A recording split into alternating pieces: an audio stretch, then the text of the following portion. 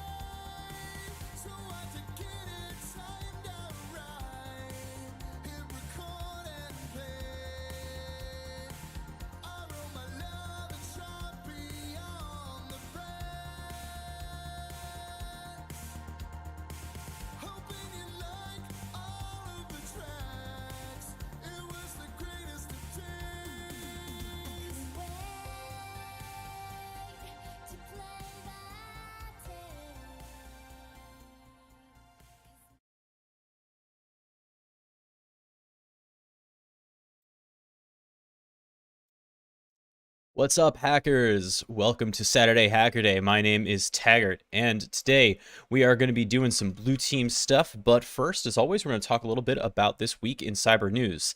Not a whole lot of crazy stuff to talk about this week, luckily, but how about some good news? We actually have good news this week.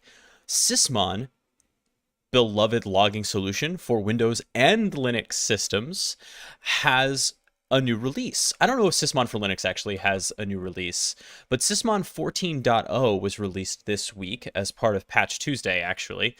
And for at least the Windows component of Sysmon, it has a brand new superpower and a new event ID. This is really exciting to me. So event ID 27 is referred to as file block executable. And what you can do with this new rule is prevent execution based on patterns.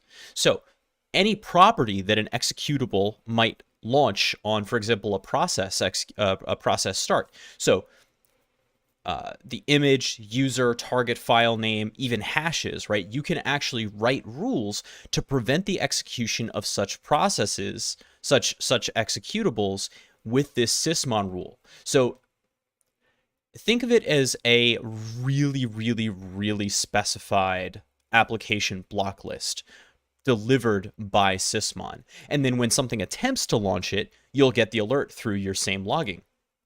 I'm pretty excited about this capability. There's a lot that you can do with it.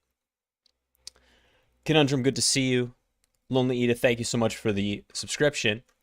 If you want to see more about how you might use the file block executable capability, you might want to check out this Medium post from none other than Olaf Hartong, who wrote the modular Sysmon config, which is sort of the next evolution from the Swift on security Sysmon config that is pretty widely used. But yeah, I'm excited about this. I think this is going to make application allow and block listing a lot easier in a lot of organizations and allow you to get super granular with it, right? So you can imagine doing something like as soon as a malware sample comes in and you know that it has an executable file name or even a hash, use those atomics when possible.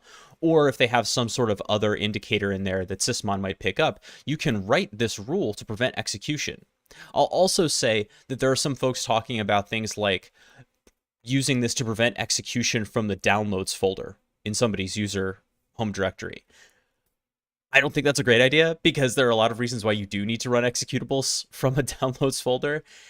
MSIs will do it, or other sorts of installers. You might need to do something like that. But that being said, there are other, if in a super lockdown environment, it might make sense. And certainly there are places, I don't know, maybe like app data folders that you might want to consider these kinds of rules. So again, pretty exciting. You may want to check that out. Another reason to deploy Sysmon in your environment if you have the capability to do so. And then finally, yeah, just two things for news this week. The second one isn't even really news. It's about what isn't news. So I'm going to kind of hop onto my editorial soapbox for just a second. This week, as we see so often, sort of the cyber news sphere was set on fire by yet another iOS 0 day. And when that happens, of course, people start running around screaming patch now in all caps, and everyone gets really scared. And that's kind of like what happens. But I want to take that moment to once again remind everybody about the fact that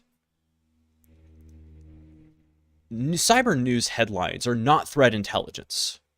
Ginger's talking about the Rhythm Nation CVE. That was pretty good. But I'm not cool enough to talk about that. But yeah, so when these iOS 0 days or Chrome 0 days come out, right?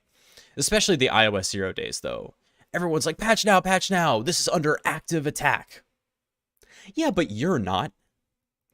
Here's the thing. We know that what you read about in cyber news has a lot to do with what drives viewer and reader engagement, what drives clicks. That is just how that works. And so if you are interested in consuming threat intelligence, meaning information that can inform your threat model, and allow you to defend an organization better or an environment better.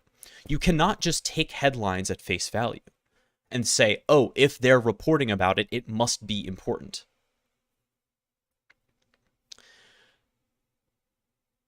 What gets reported is driven by profit motives. And all caps patch now headlines get clicks. They just do. I don't know how to phrase it exactly. I probably should have put more thought into it before starting the stream. But there is a cyber news equivalent of if it bleeds, it leads, right? So vulnerabilities that are 0 days, especially in big products like Apple devices, are going to drive headlines. That does not mean that you are under attack.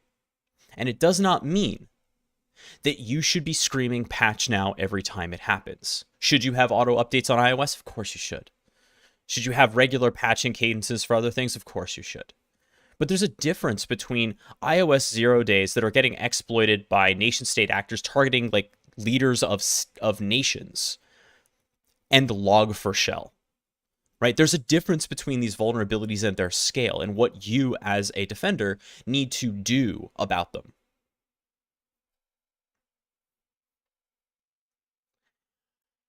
And there is an opportunity. I don't know about an opportunity cost. Maybe that's not the right term.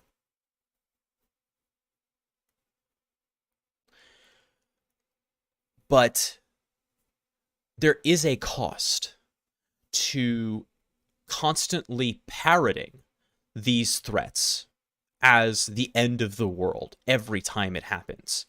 Do you know what happens to people who are constantly under threat? They stop being able to respond with the same level of vigilance and responsiveness. That is as true in real life as it is in the digital world. And in order for you to get your users to take appropriate action quickly when it really does matter, like when the sky is in fact falling, you have to be careful about when you say the sky is falling. So I'll stop with the soapbox for in just a minute, but I just want to say, like, look, I have kind of a tense relationship with the cyber news industry because they provide great information, but I've also been misquoted by them. My information has been misconstrued by them, and I've spoken to those journalists who admit that their headlines are for engagement. They're not for information.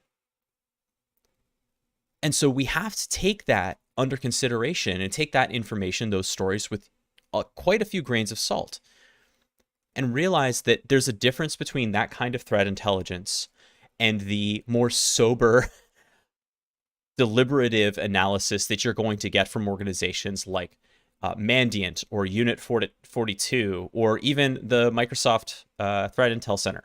Those places, or frankly CISA, right? Those places are going to be providing a different kind of threat intelligence. And it's cool to get on Twitter and be part of the Patch Now crowd and say, I'm in the know, and I know what I should do, and let's laugh at all the users who haven't updated. This is not helpful. Piling on is never usually the right move. That's also true for somebody else who got piled on this week. Don't think that was super helpful either, but we'll leave that alone. All right, so I think point made. When we see these patch nows, with especially the iOS 0 days, because they happen quite frequently and then Apple responsively patches them. But a lot of these that are, especially Chrome ones, that are just like, they come up frequently because they're active areas of research. We do not have to lose our minds every time they come up, and we have to be careful about how we address users.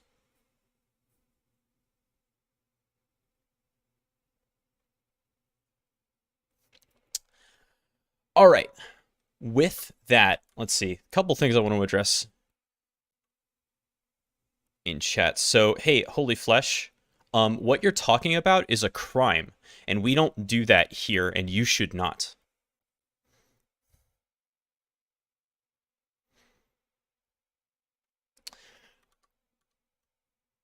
Okay, so yeah, today what we're going to be doing is a little bit of a blue team challenge from cyberdefenders.org, and we're going to be doing some malware reverse engineering. Hey, J Beers, good to see you. So let's jump right into that. Now, a couple things I want to point out. I'm going to do this longer than it should probably take because I want to do a comparative view of this thing in different tools. This challenge kind of forces you to use IDA, which I'm not super familiar with because of my open source dorkery. But I'm going to use it today, but I'm going to compare how the binary looks in IDA to how it looks in Ghidra and how it looks in Cutter. Let's get into it.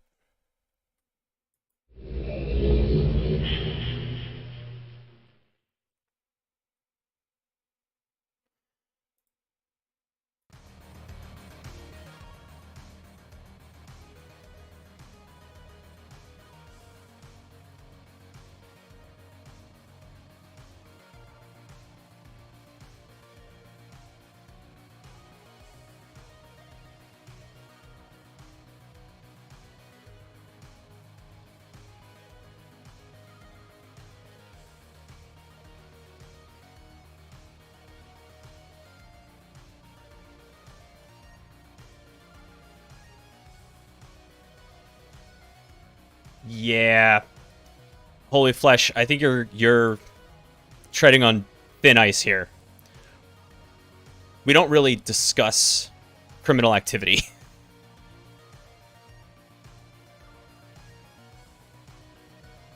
The way that you've described this action is illegal. Push it, and you're going to get banned. All right. Let's do this thing. So if you want to play along at home, we're using CyberDefenders Stealer with a $sign. And it's a very small sample, which is nice because sometimes... All right, we're done. Holy flesh.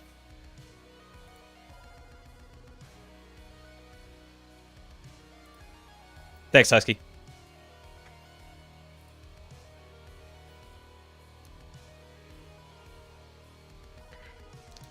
Yeah, to be clear, hacking is not a crime. Crimes are crimes.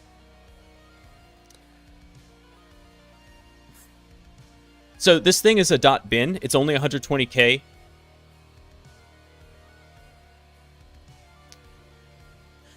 And the challenge details are, your enterprise network is experiencing a malware infection, and your SOC L1 colleague escalated the case for you to investigate.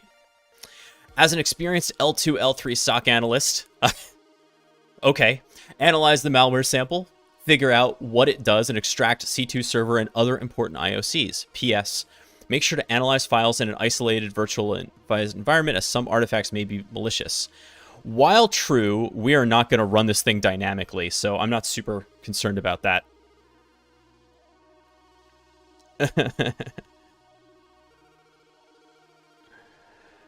All right, now, tools. IDA, PE-Bear, that's going to be fun. PID, we'll see if we use that. HashDB, and then Kappa. A couple of these were new to me. Kappa is really fun, by the way. If you do ever have to do quick analysis of malware, check this out. You've got Kappa right here, which is from Mandiant. Yeah. Really nice kind of first pass thing. And in fact, let's fire this off at the sample right now. I have it loaded up and ready to go. I'll even zoom in the font for everybody. Kappa.exe, and we're going to point it toward our malware.bin. So what Kappa does is it actually analyzes the assembly, right? It actually analyzes parts of the byte of the machine code and looks for patterns that would map onto certain techniques that are known.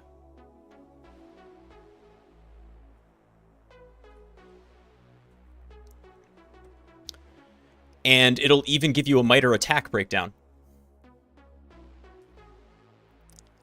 So let's see what we got. Got obfuscated files. We've got process discovery. We've got execution. Interesting. We've got crypto. RC4 encryption. We found a key.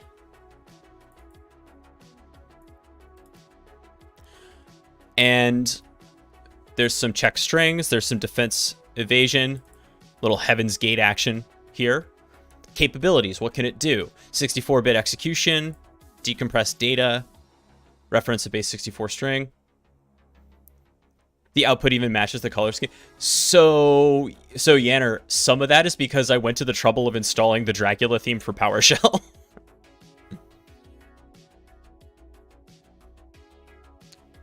So with your workflow, this would be like the Nmap, if you will, of malware analysis, a quick and dirty scan. I'll tell you how I might use Kappa. So let's say I got an alert from the SOC, actually very similar to what the scenario was saying. If I got an alert from a SOC and we pulled a sample off of the machine and we weren't 100% sure this was malware, like, there's a lot of stuff in an environment that can look like malware but isn't. Games, but also not.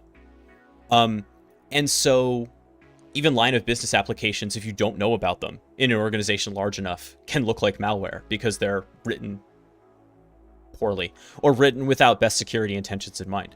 So you pull the sample and you're not sure what's up with it. Oh yeah, Ginge and I had a party with a few things this week. Skype is definitely on that list. And so you might run Kappa against that sample just right off the bat. And the reason why you might want to do that rather than tossing it to VirusTotal or to Joe Sandbox or Hatching Triage is because at this point you don't know whether it's yours. You don't know whether it's going to have any proprietary information from your organization inside of it. You don't want to put that out there in case it does, right? And so you want to be careful about uploading stuff. Just like the red team never wants to upload their tools to VirusTotal, right? You also want to make sure from a blue team perspective that you're not giving away sensitive information by what you upload. That's super important. Hey, Dylan Kaiser, Hoops Coach, AIC Barrios. Thank you so much for those follows. Welcome to the Taggart Institute. And yeah, so you might run Kappa against that just to say like, hey, does this thing look like malware just at a first pass? And in this case, yeah, it does. Now, Kappa also has another capability, which is kind of neat. If I run this with 2 Vs for double verbose, it will, in fact, tell me where it found the thing. So if I run it again, this is going to be much more verbose output, which you might want to pipe to like write content or something like that to save it to a file. And what this will do is tell you where exactly in the executable it found the thing.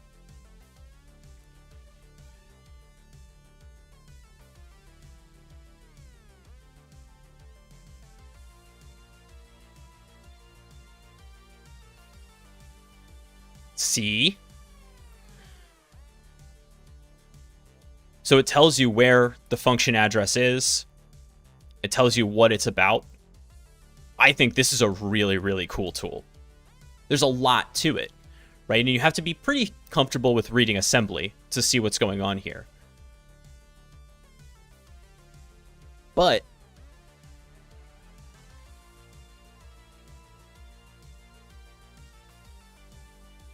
this is like the real evidence. This is the proof in the pudding that there is some malicious stuff going on. Now, if you want another kind of quick pass at this, there is also PE Bear. PE Bear, RAR, is going to do sort of the same thing in a graphical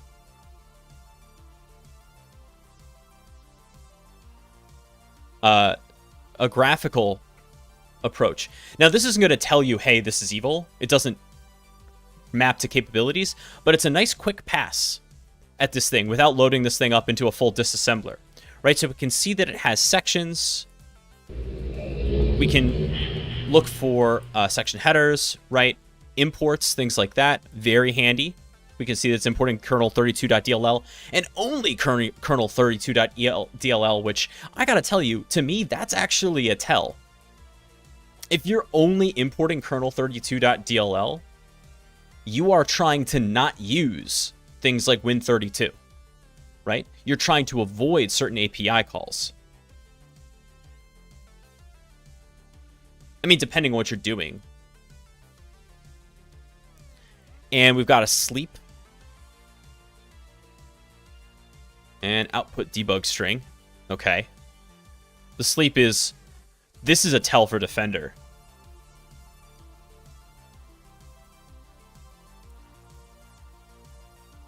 Okay. So, actually, PE Bear very clearly gives us the answer to the first question in the challenge. Let me close the news stuff. The first question in the challenge, I think, was how many sections are there? How many sections? The answer is 4. Because we're looking at text, data, read data, data again, and then reloc. So we have 4 sections here in our binary. How many imported Windows APIs are being used by the sample? This is kind of a rough question. Do they mean how many DLLs or how many DLL functions? I believe they're just talking about how many DLLs are they importing, right? Because you're basically supposed to look at imports and see that. So PE Bear gives us that as well by looking at imports, and we can see there's kernel32.dll. At this point, let's also fire this up in a couple of other tools, just so we can see the differences.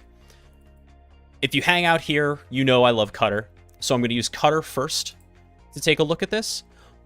But I will tell you that Cutter's not going to do great with this one because it's so Windowsy.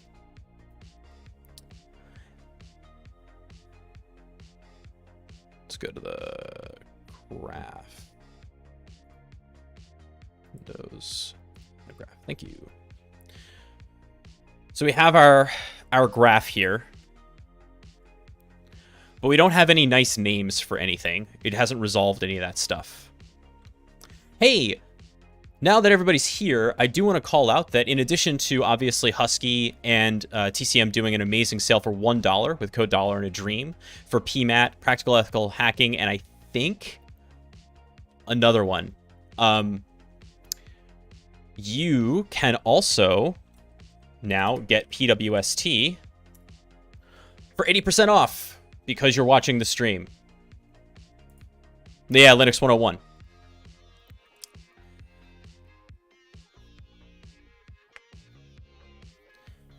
Oh my god.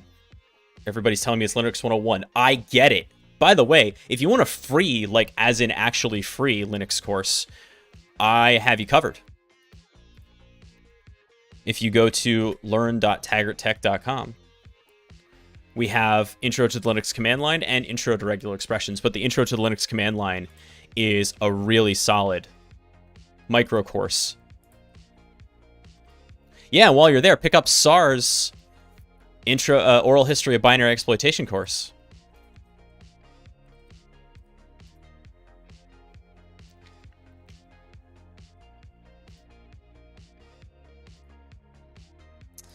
Thanks, Vanny.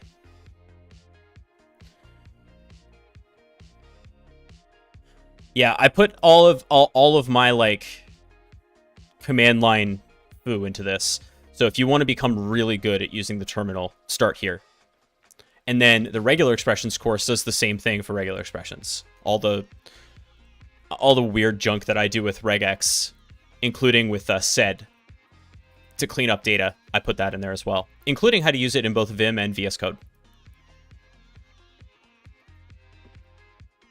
Oh, that coffee was hot. Okay, how many imported Windows APIs are being used by that sample? So let's see what Cutter has to say about it.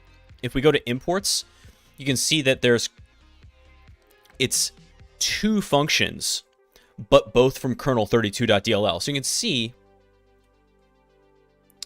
that I think we're talking about one import here.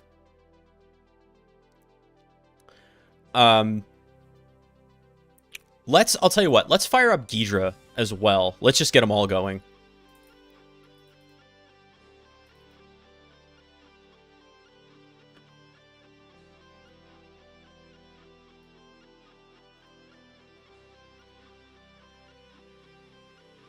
I love that little dragon. It's probably my favorite part of Ghidra. So if we look in Ghidra, again, kind of difficult to go through all these different tools, but over here in Ghidra we have imports kernel32.dll, and then it'll break that down to say, okay, we're looking at sleep and output debug string A. So we're getting the same information from all of these, and then in IDA, same deal. If we go to imports, it'll tell us that as well. So we're going to look at this in many different ways. Hey, Heckin' Tegan, Roland, and Daisy, thank you for those follows.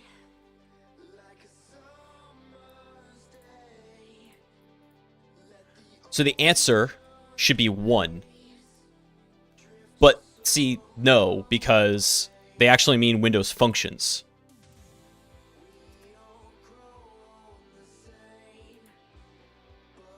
The link to the discounted course is not working. Yeah, it is.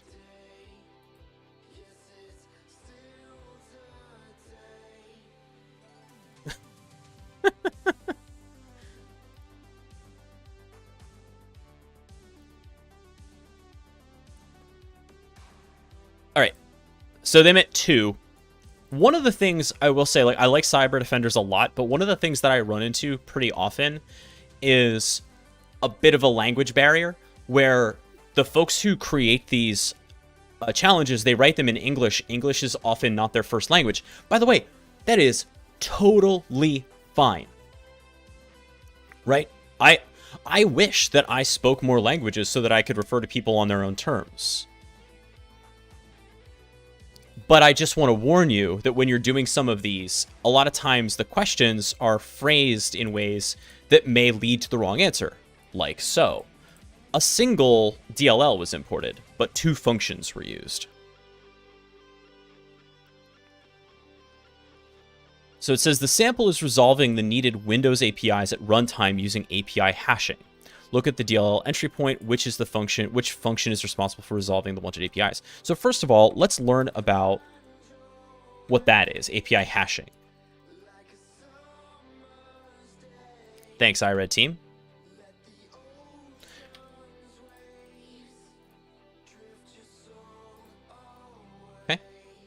So the problem statement here for malware developers is if we have a portable executable, a Windows binary, with its import address table intact, it's relatively easy to get an idea of what the PE's capabilities are. Right? We see it loads a DLL. It's safe to assume that it contains some networking capabilities, or if we see reg create keyx, we know that it's going to do binary stuff, or sorry, registry stuff. Hey, Lonely Edith, thank you so much for that gifted sub. The solution is API hashing.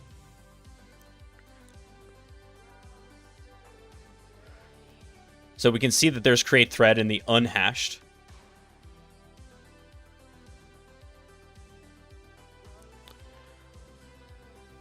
So what we'll do is we hash the function name and then resolve address by hash is a function that we write. And then it looks for each function name and calculates the hash. So basically, it's an obfuscation technique, right? So this is different than if you were following along when Husky and I were doing some of the stuff with pinvoke and deinvoke, where you're literally going and grabbing the DLL fresh and looking for that function address and going after it. That's a little bit different, right, than what this is doing. API hashing is a little bit more about obfuscation than evasion, I would say, if that distinction makes sense. So yeah, take the function name to be hashed, convert it to an array, and then got to go find that function in the DLL, resolving address by hash.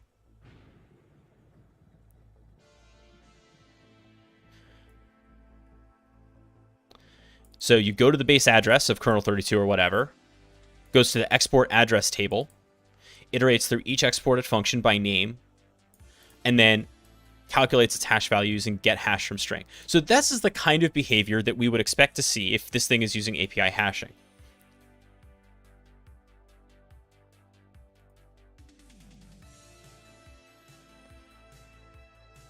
Now, at this point, it says look at the DLL entry point, which means we're definitely into RE at this point. We have, I'll close PE Bear. PE Bear's done its job. Evasion might be more like causing some other code to do what you want indirectly. Maybe. So I'll tell you what I'm talking about with evasion in this case, Yenner. So if we were to look at...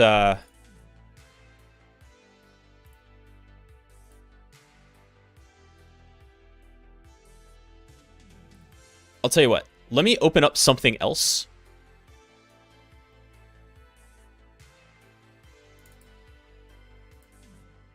I don't even remember what this thing is from. This is a Linux executable. I don't want this. Close. I should have a version of Offensive Notion kicking around somewhere. Let's try that.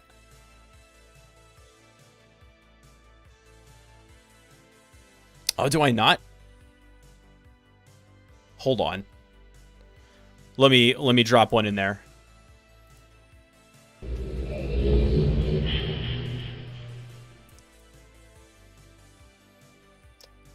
I wonder if Defender will even let that stick around because it's the debug.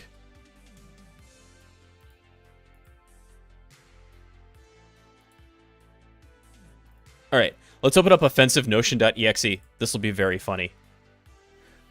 The point is that what you're going to see is Windows API calls plainly.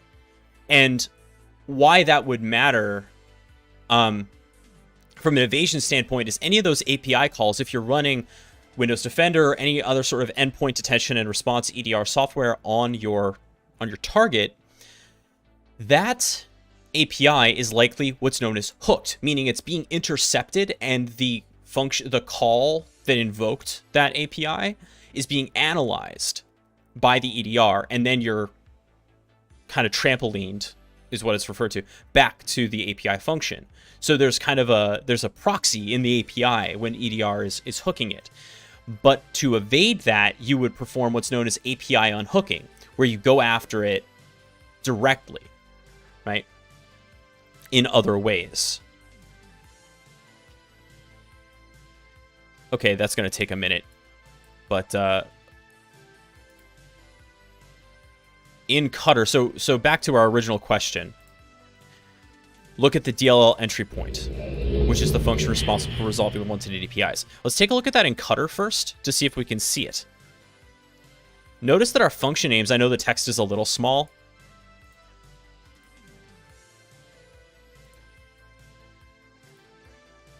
See if I can make the font a little bit bigger for everybody.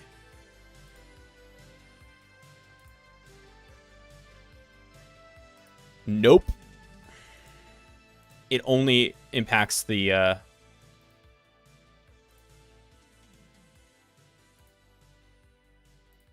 disassembly. That's annoying.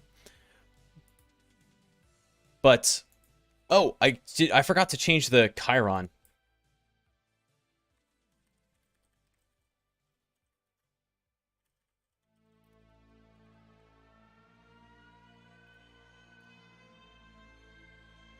Always something. Okay, so if we look at all of the functions here, and even if we look at them in the graph from the entry point to the binary, this orange thing is the function name. And you can see that there's a call to these functions here at these addresses, 607.980, 6015C0. They don't have names. Okay? Cutter wasn't able to figure that out. Let's try Ghidra. What you got for me, Ghidra? If we go to functions, it has entry.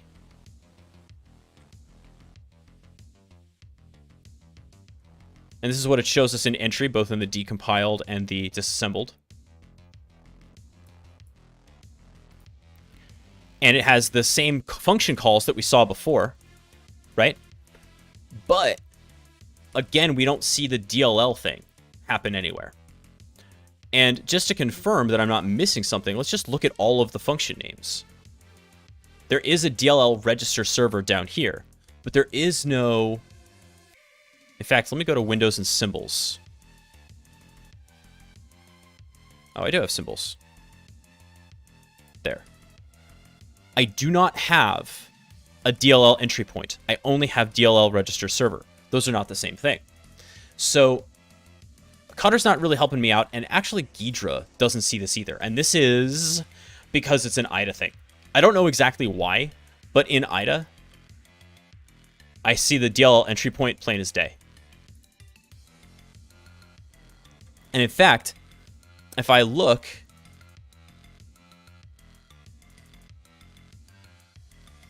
unless DLL entry point is literally like the entry 0. Maybe that's what it is. It's just named differently because it knows this is a DLL. So by default, IDA shows you this stuff in graph view, but if you press spacebar, it shows it to you in regular disassembly. So our entry point here is at, it looks like 5F9D90. That's how it's resolving it. So let's kind of cross-reference that to other tools, right? Ah, indeed it is. So the DLL entry point in Cutter is referred to as entry 0 because it's DLL, but it's the same address, right? At 5F9D90. That is an important distinction, and the same would be true, presumably, in Ghidra. If we look at this, yeah, right? You can see that that is the same address. So the reason I said that we were going to have to use IDA today is because a lot of the things were referencing the way things are named in IDA. But now that we've kind of got the Rosetta Stone for these different tools about how they name things, we may be able to use Cutter or Ghidra to solve the challenge as well. I don't think this is freeware version of IDA. I don't think it's going to have any special capabilities that Ghidra or Cutter won't have.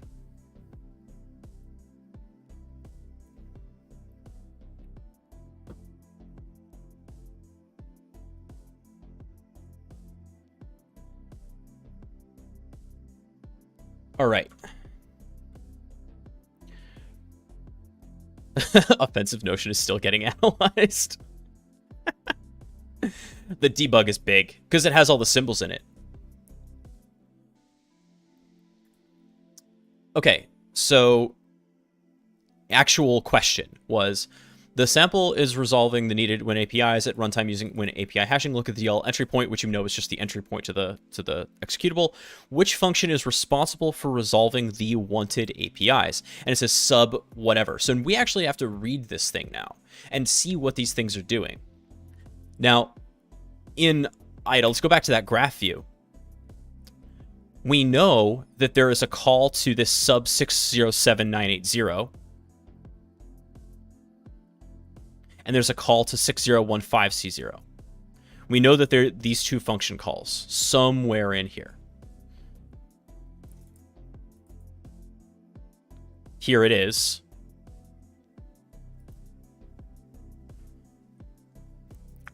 Now, 607980. God. Friends, would it be okay if we went over to Cutter for this? Because this is just like hard to read for me.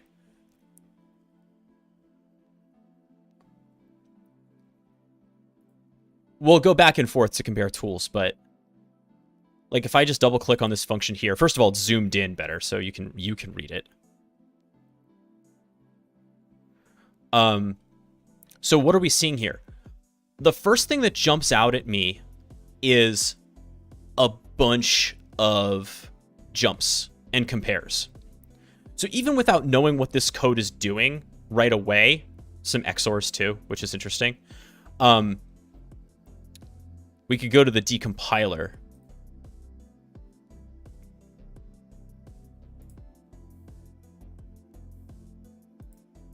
Please use the Ghidra decompiler, you lunatic.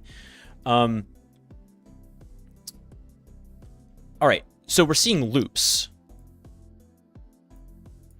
And we're seeing searches for specific values, right? That is very interesting. And you can see the loops here. These arrows are crazy helpful. When you see a bunch of back and forth arrows like this because of jumps and tests, you're looking at a loop.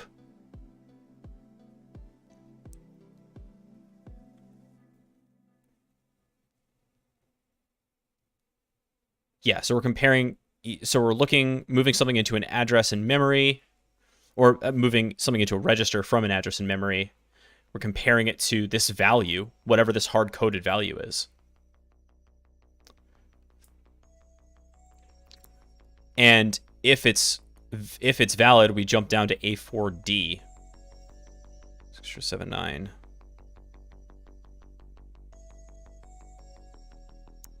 Or 607. A4D. That's way down here. A4D. Yeah. So if it finds it, we're done. Whatever this is, it's looking for 0xC139758. It's looking for that. And if it finds it, great. I am fairly confident that it's looking for this, or that this is what we're looking at. Let's look at the same thing in here. Again, we see those arrows for comparisons.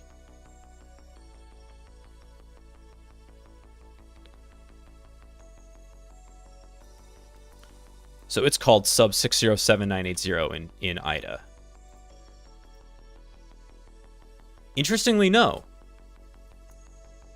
Resolving the wanted APIs. It doesn't love that. So that wasn't correct. Let's keep reading.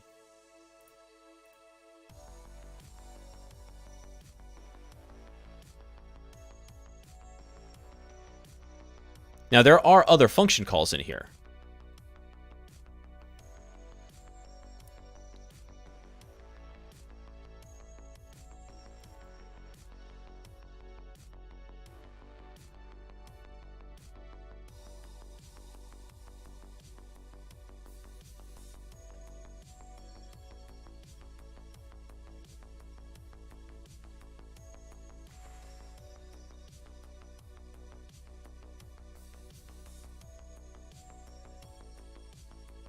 Going back up to our entry point, though.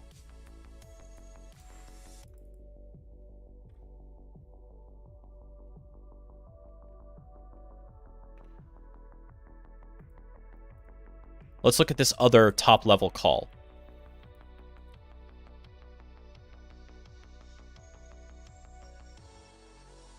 I'm not quite sure whether you're supposed to enter the sub part of the name. The way... Yeah, Matthias, the way that it's written is that it is... Oh, maybe not, because it's sub... I think it is, though, because it says format whatever. I think you are supposed to do it that way. I'll try it without, though, just in case. But I think we just haven't found the right function yet. So let's see what 6015C0 is doing. Again, lots of loops. And in fact, it's looking for a bunch of specific functions. This is looking perhaps even more interesting. What does sub stand for? In IDA, sub is essentially sub function. And then it's the offset.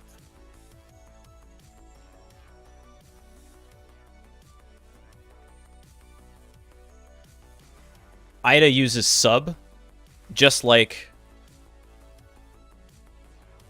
Cutter uses FCN. And in Ghidra,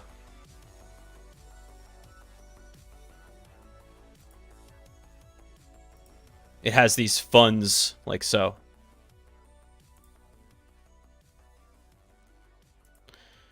Dylan, I'm using Windows 10 here. Nothing special. Windows 10 Pro.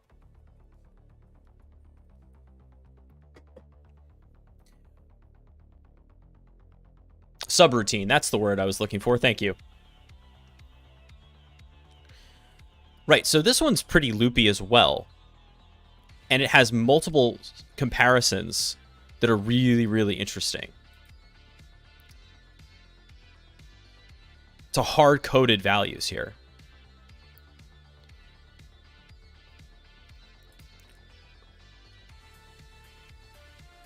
So if we go back to the entry point, we know that we had that call to 6790, but we also have the call here. Let's give that a shot.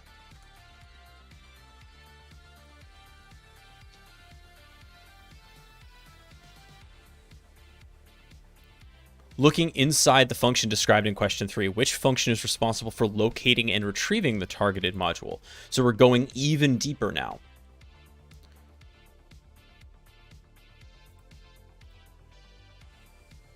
So inside this function, first of all, are there function calls? There are multiple function calls.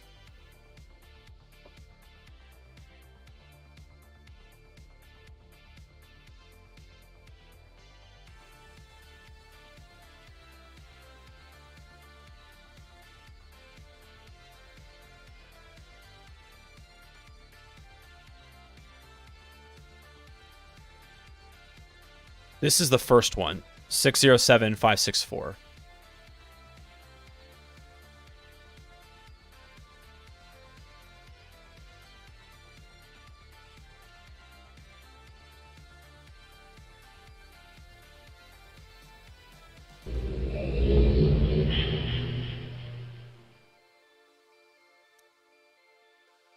Six eight.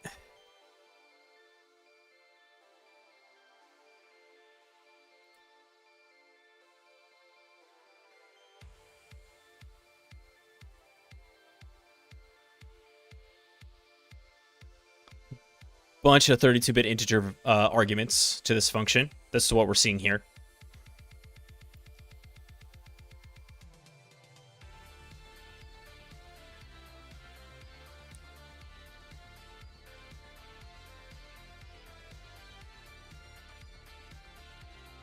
Or variables, I should say. The arguments are stored elsewhere.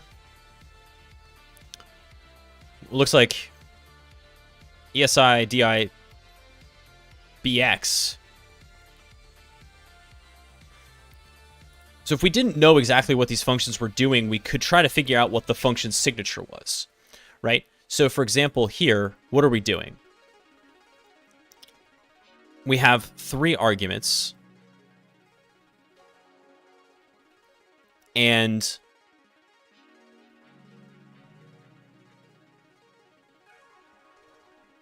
so 1, 2, and then BX is gigantic, so that might be something else.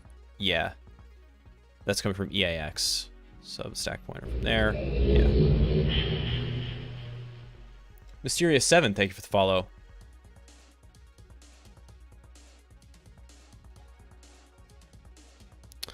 Now, I don't think IDA is going to tell us more information about this, but maybe it does.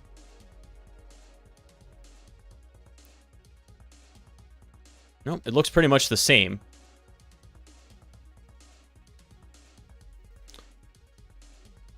So we're not in a place where we can really do a lot of intuition here.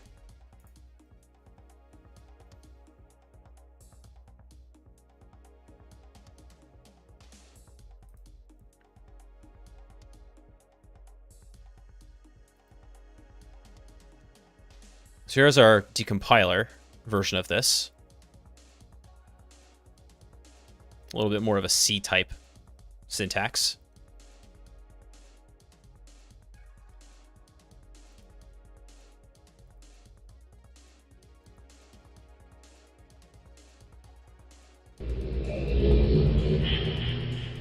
I mean, this is pretty complicated as a function goes.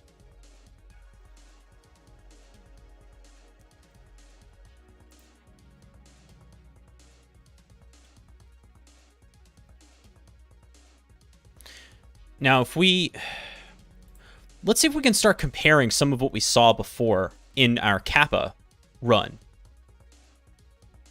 Because what did we see in our Kappa run originally? We saw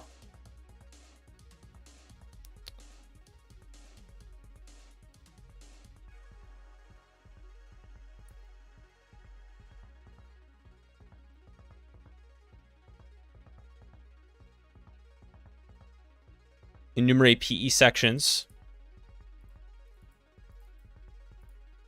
resolve function by parsing PE exports. So let's look for that. Contain loops, delay execution.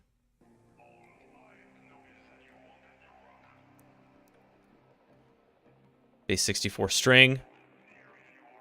Oh, that's really cool.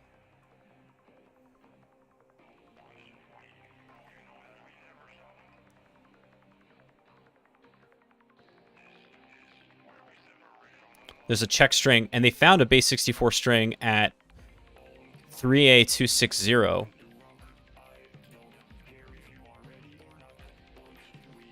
Which we can just go visit.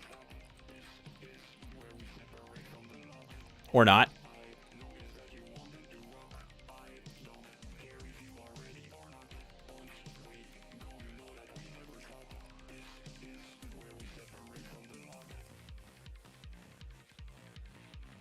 So this is the function that we're in right now, 7564.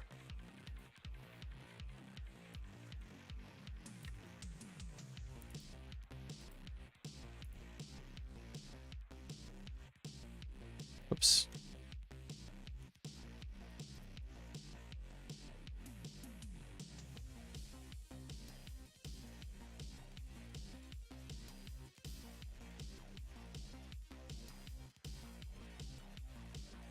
And essentially the reason why I felt good about that was, one,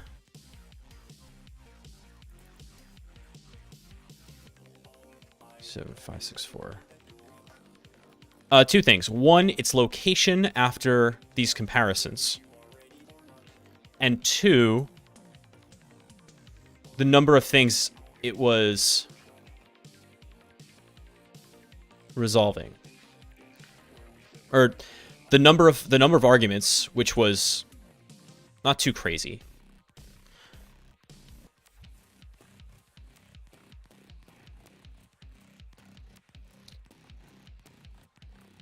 Yeah. Okay. I am curious though. Encode data using XOR, which we saw. Let's see where it shows us here. Enumerate PE sections. Let's go to where it says like resolve function by parsing PE exports. Okay, so here at 5F1270. So these offsets are way different than ours.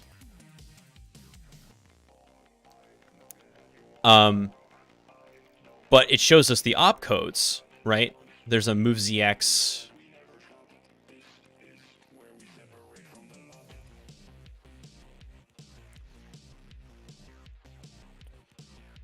F1270. Does that parse it all? Oh, it does. It does to... Yeah. If we look at 5F1270 down here, or, yeah.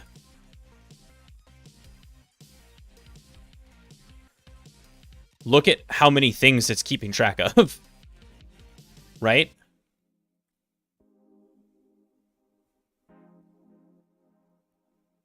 And there's even some ASCII characters here. Spaces, the whole thing.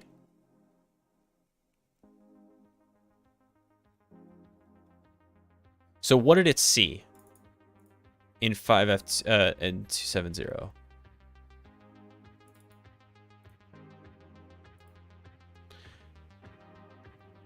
It saw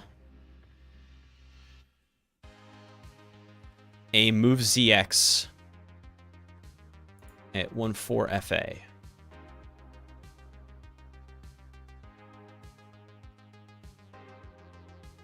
Which, yeah.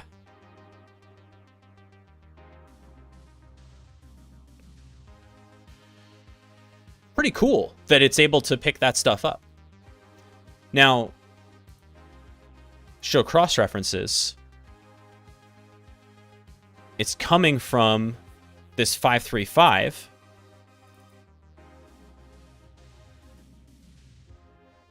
which is inside of what function?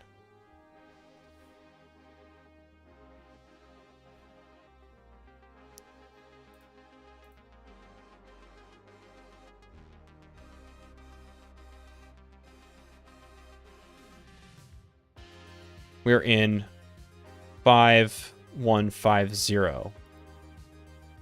That's a big function. Okay. Yeah, look at this beast. Now let's go to the show cross references here. Yeah, okay. So this is all over the place. This is used frequently. This is also where our graph can become handy.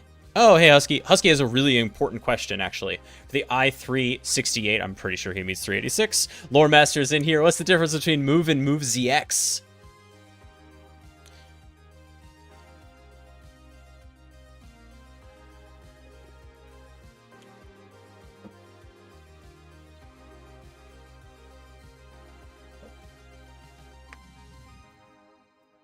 Sorry, buddy. English teacher gonna English teacher.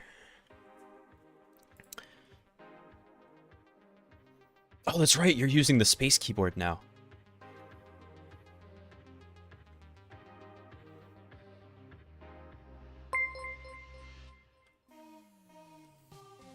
Ah, Theo. Welcome.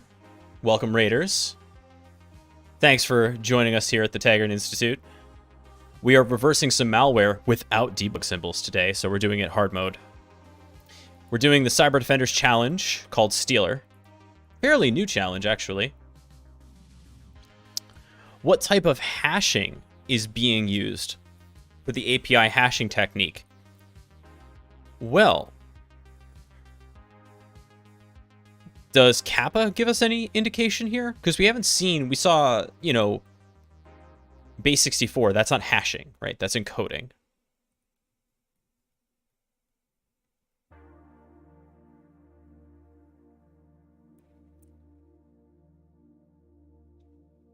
These all function by parsing PE exports, yeah.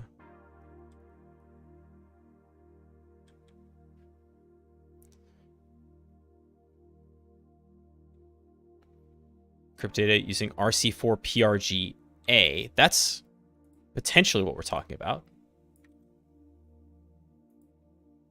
No takers on Move versus Move ZX. Oh, Matthias has it. Move ZX has a sign extension. If you move a byte to a 32-bit register, it will do stuff to the high bits according to the signed bit of the byte value. Yeah, ZX stands for zero extension, meaning that it will sign appropriately, extend the zeros into a 64-bit register.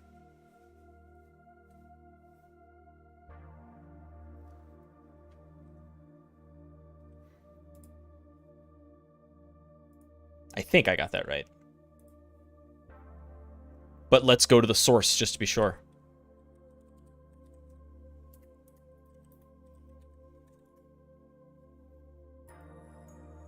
Yeah. Move with zero extend. Copies the contents of the source operand to the destination and zero extends the value.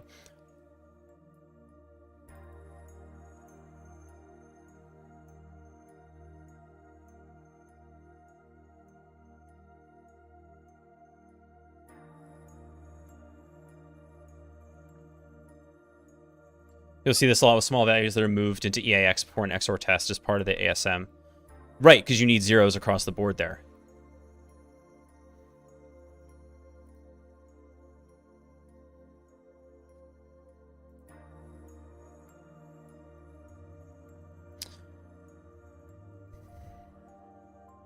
What type of hashing is being used for the API hashing technique?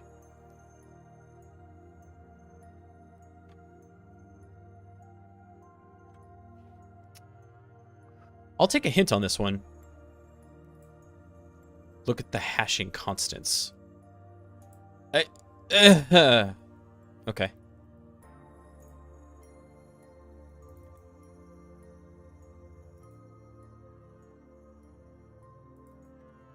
Let's go back up to 5C0 and see what that has to do for us. And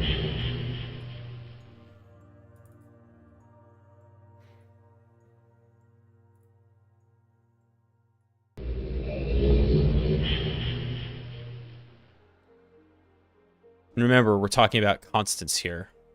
So we're looking at the values.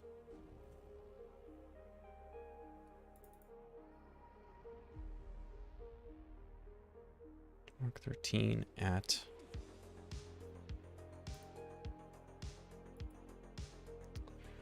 I am unsure.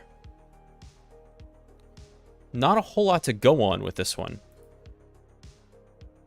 I love this call graph, by the way.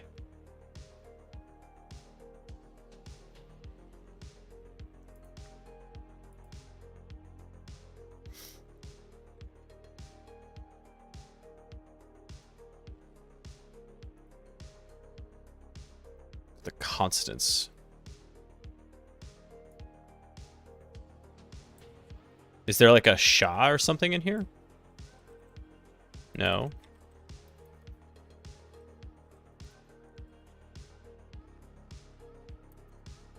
Nah. I guess we could toss floss at this to see if there's better strings to be found.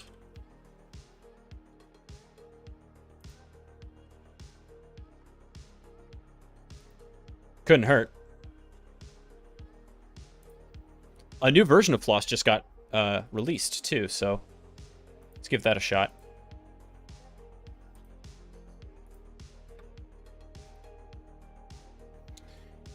If you're not familiar with floss, another great tool for Mandiant.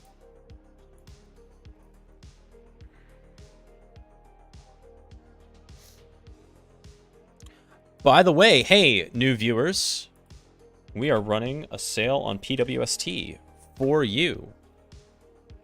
80% off with code I love my viewers.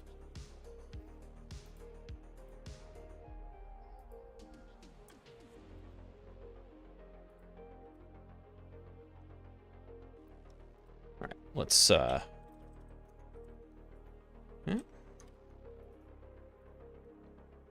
good. Floss.exe. We'll give it n of let's not give it an n, let's just give it everything. And so we'll send it to learning, CyberDefenders, Stealer. What you got for me?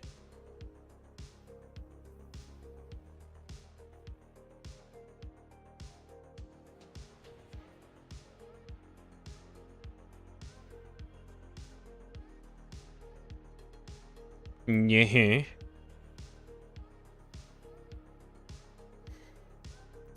Oh, Floss. You're so good at what you do.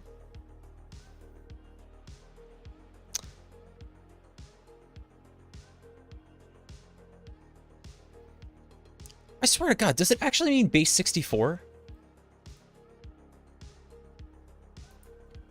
No, it's not enough letters.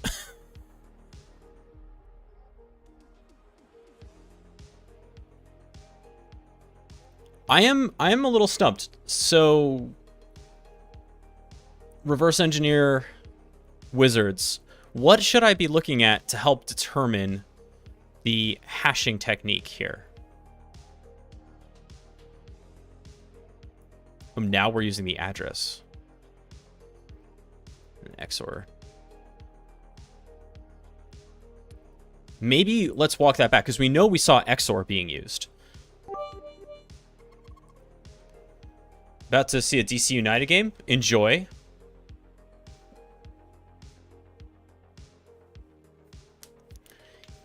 Yeah. Let's do number 6 first and deduce the function. I think that's right. So we saw XORs being used all over.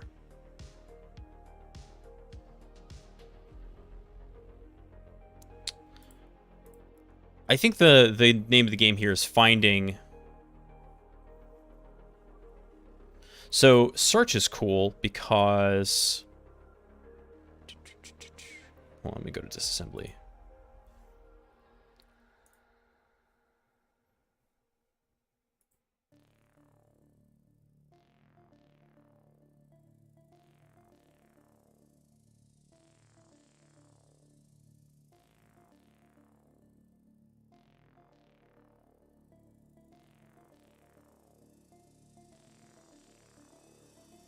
Oh, search. I was like, where is my search tab?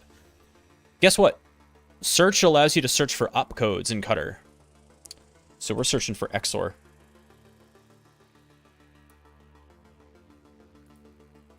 Yes! Let's go. Okay, so there's a bunch of XOR here. They're all over the place. Now, the problem is that XORs are going to be...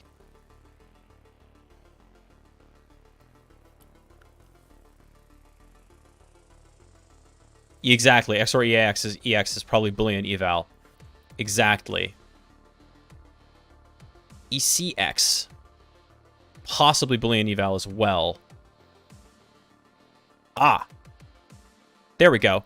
So we found an XOR with the SI, which is a function argument, and then this constant. Hi there.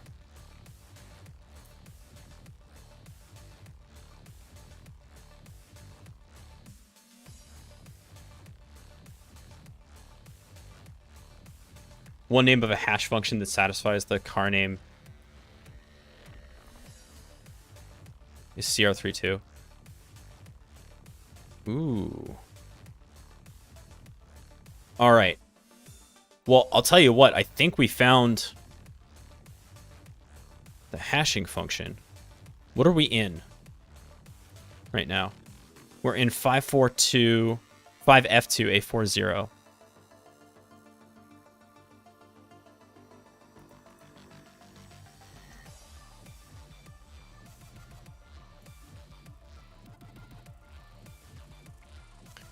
That's a lot of variables.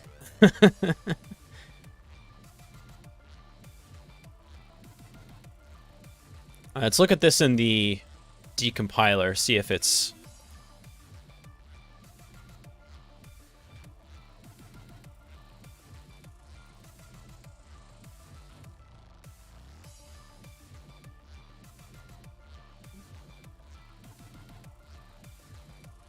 All right. Good God.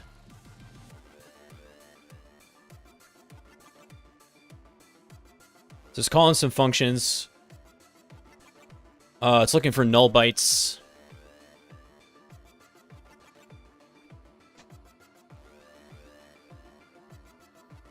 It's doing comparisons. Where's my constant comparison?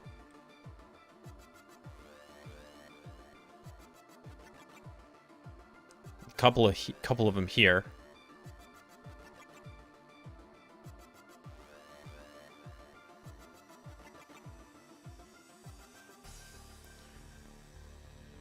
I'll tell you what I am going to do, just in case. Now, this sample... I'm going to toss it at VirusTotal. Couple reasons. One, once I've determined that it's not proprietary, whatever. And then second,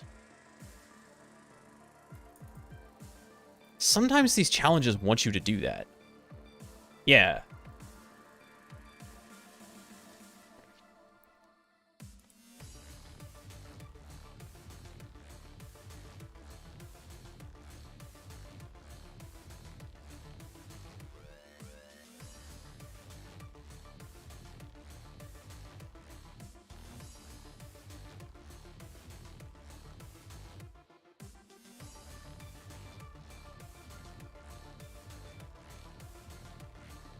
There is a hashing triage report. We'd love to see it.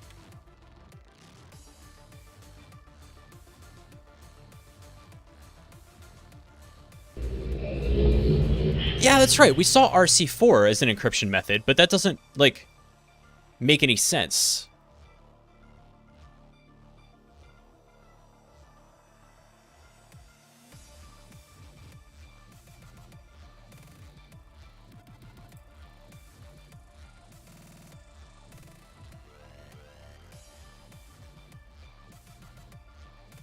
Nothing interesting here.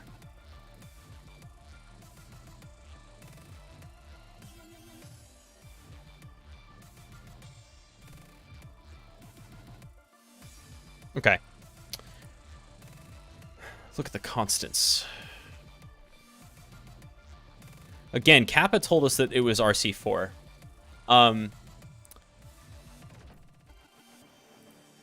And what's the other one? PEID, right? Which we haven't used yet.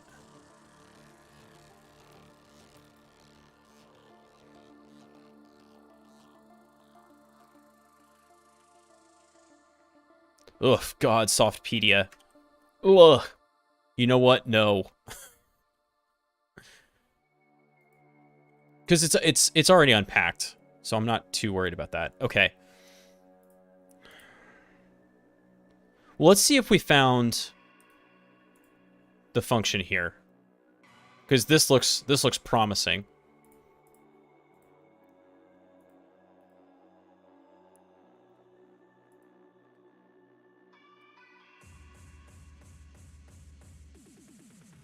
No. Interesting. Okay.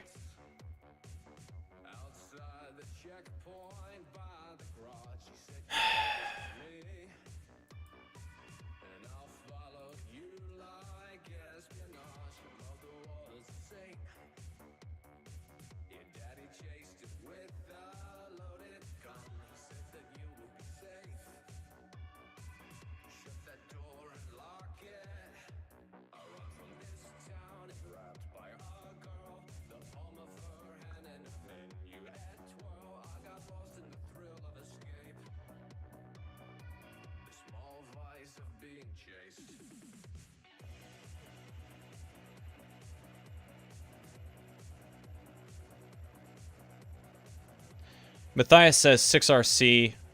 Will IDA help identify the hashing technique? Doesn't IDA add line comments when it finds a hash? It might.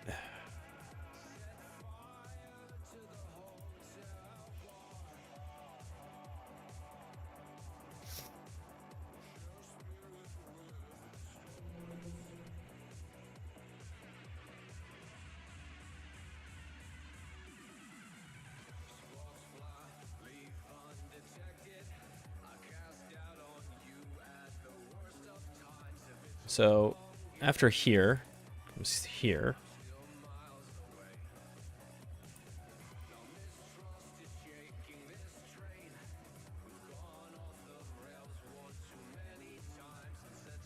And we found, hold on. We found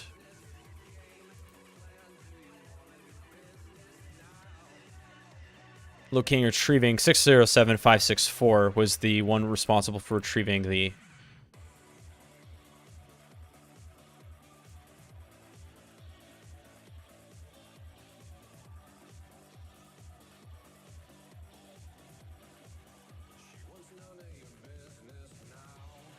I64, and then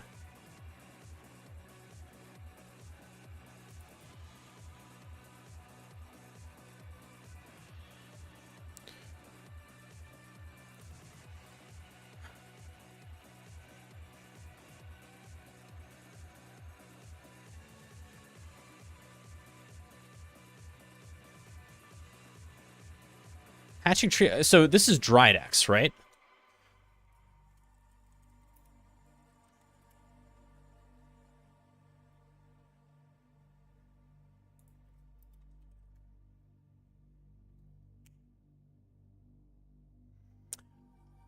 More than one way to shave a yak.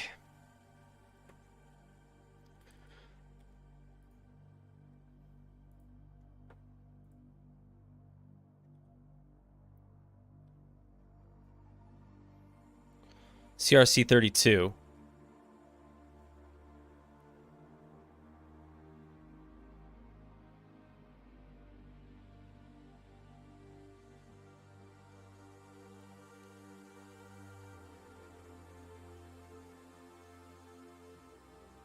$6015C0. Is that not the exact same address? Yes, it is.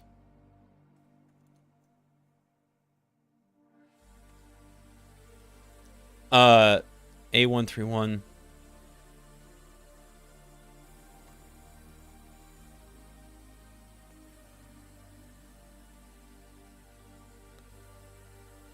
So hold on. Let's go find references to 5C0.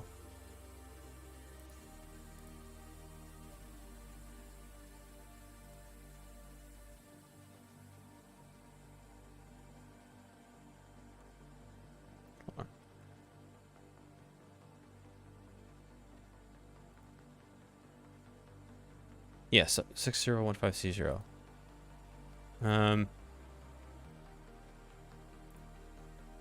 Ooh. X6015C0.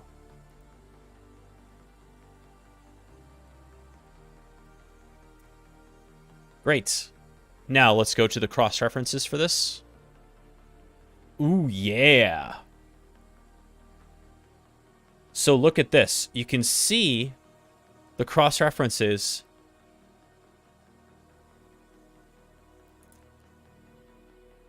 Stack.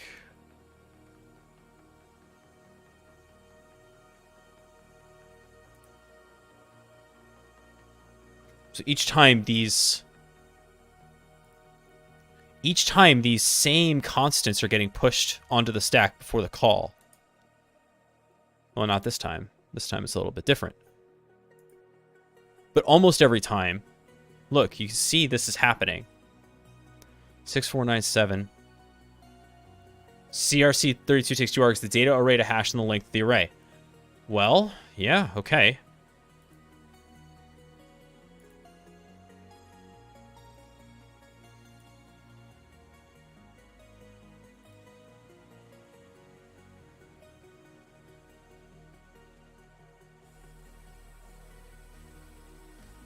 All right, then.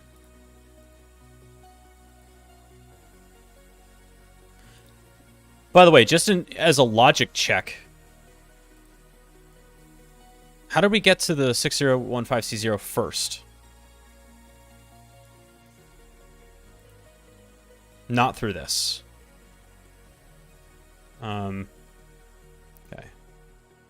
5C0 was what we referenced.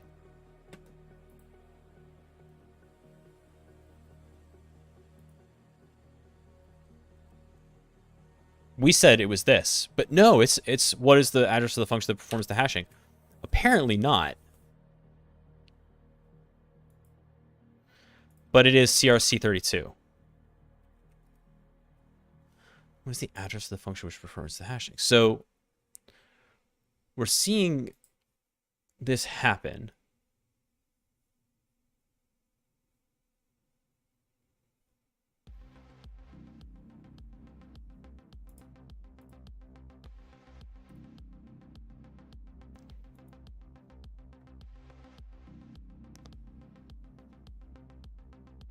But let's go back up here, because there's like a bunch of calls to this thing that has this function that does this, but I wonder if let's go here. And what function are we in? We're in 5F1270. And I'm wondering if that's closer to what is the hashing function, if that makes sense. Well, I feel like we tried that.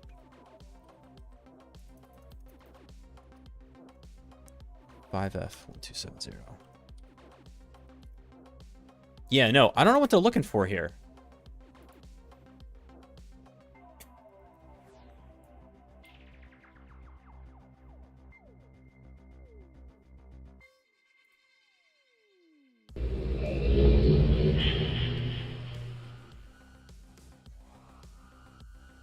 Messiah and Miles, thank you for the follows. A couple of const for CRC32. Let's see.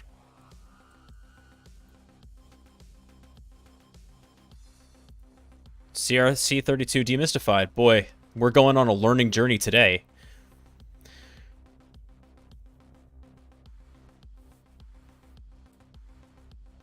Maybe Ida.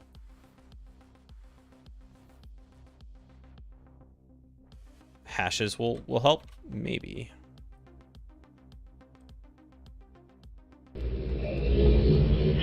Whoa, Rasta! First of all, thank you so much for RTO, and congratulations on launching RTO 2. Good to see you. Welcome to the stream.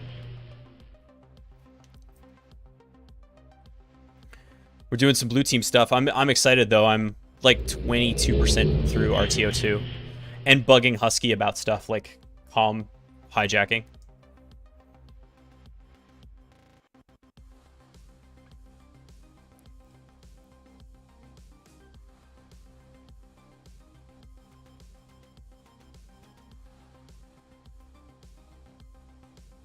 For CRC32, a popular forward polynomial is this guy. Let's see if that's in there.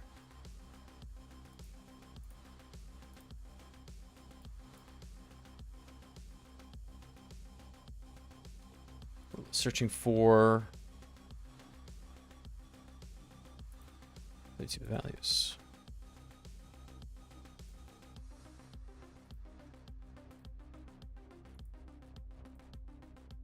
No.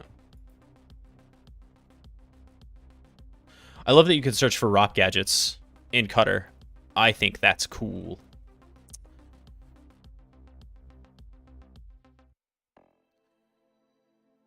All right. So, okay, what's this? So, cyclic redundancy check. First, for each CRC, we use one of two polynomials. A forward polynomial constant or a reverse polynomial constant that is the forward polynomial bit reversed. Oh, duct tape. Where are you when I need you? Second, when we initialize the table, we can shift bits to the left or right.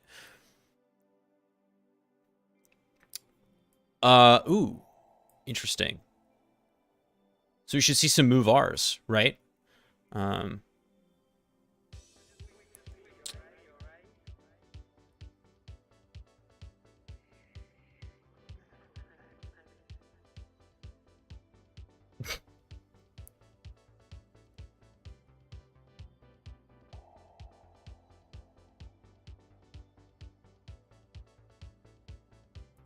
Oh, that's the polynomial, but this is the checksum. I wonder if that's in there.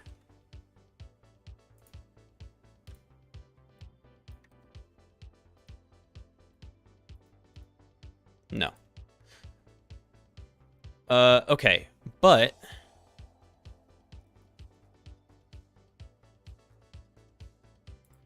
let's go back to 6015C0, where we think we saw a bunch of this going on.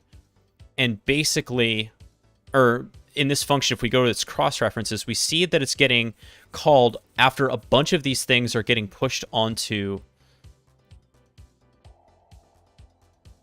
the stack, and then it's called.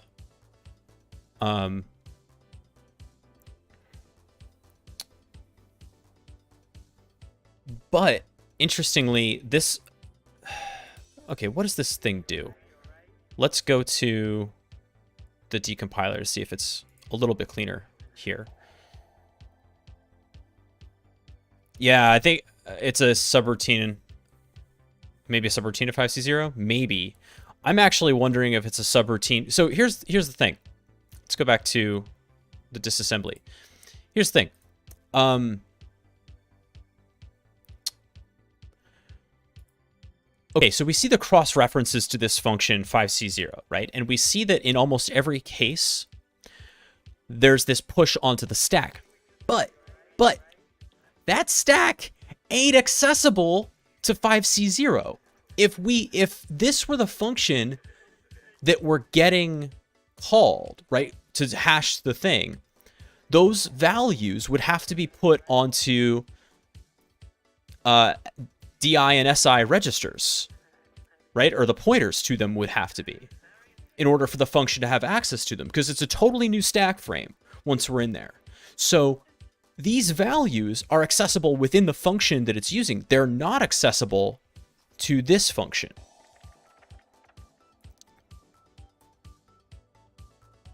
Right? Because the first thing this thing does is it pushes ESI and EBX and the base pointer onto the stack frame. And it does some hard-coded comparisons here with different values, but this is different than what I think our hashing thing is. So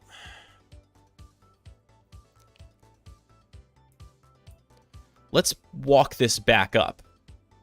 So if we go here, we can kind of see that this looks right with the FFFF, right? All of this. So we're in this crazy function 1270. Now, we know that that is not the function that does it, even though it looks for all the world like it's doing. And we'll do a decompilation of this as well.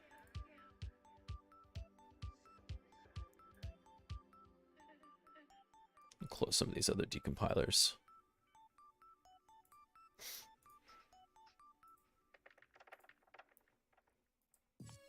By the way, I should have said this before, but if anyone has any questions about, at any level, what's going on here, please don't hesitate to ask. I know this stuff is super complicated.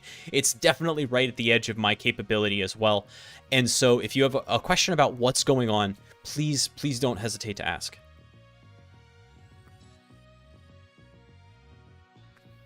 I'd say this one has way too many args for CRC32. I don't think... I would agree. This is not just like the thing that's doing the...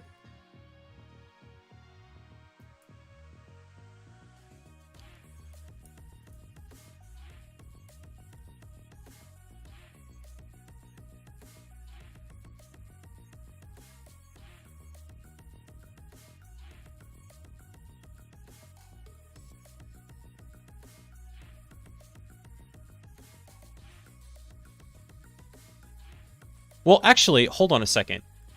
Matthias, be careful. Be careful. Because this is not arguments, okay? What you are looking at here are variables, not arguments to the function. That's an important distinction. Let's take a moment to talk about that. When we call a function, right, in the... I wonder how many times I've done this. I should just bookmark this page.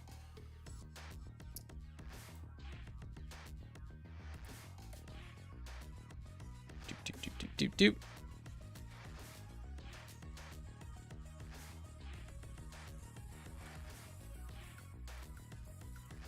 Come on. Let's go to the table. I want the table. Just get, yeah. Okay. So, this is cool, actually. In Microsoft's x64 calling convention, there are specific orders that you use registers to pass arguments to functions, right? And that's different from variables on the stack. Variables on the stack are the thing that the function like writes into memory, right? And things that the compiler knows the size of when you compile. Otherwise, that data is stored like arrays or lists or whatever. All that stuff is stored on the heap. But the stuff that it knows the size of is going to go on the stack. And that is different than the values of the arguments to functions, which are included this way. So in Microsoft's x64 calling convention, when you call a function, the first argument is stored in RCX. The next one is called in RDX or MM0, right? Then R8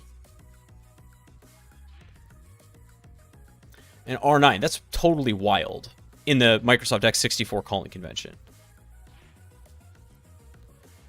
But basically, we're looking at RCX and RDX first, or ECX and EDX first. Yeah? Which, by the way, totally different from when we're looking at an ELF, a Linux executable. Because when we're looking at an ELF, it's going to go RDI, RSI, RDX, RCX. Yeah? Okay, so those are function arguments. So if we're talking about an encryption function, a hashing function that takes like 2 values, and we're curious about finding that function, we're looking for a function signature that what we're watching for is the thing that references values in RCX and RDX. And we're watching for something that calls it by first pushing values, or sorry, popping values, I should say, from the stack onto those registers, right? Popping a value off the stack and saying live now in RCX or RDX. Now remember that those may be pointers because who knows how big those values are, but that is what we're looking for. Functions of that signature. So this, even though this looks like a bunch of junk, it is, but it's variables on the stack. It doesn't mean that is how it's called. And as a matter of fact, we find out that this function is called without arguments. If we go over to IDA, does it tell us more about that? It really doesn't.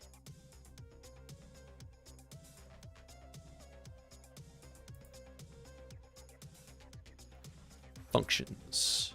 Yeah.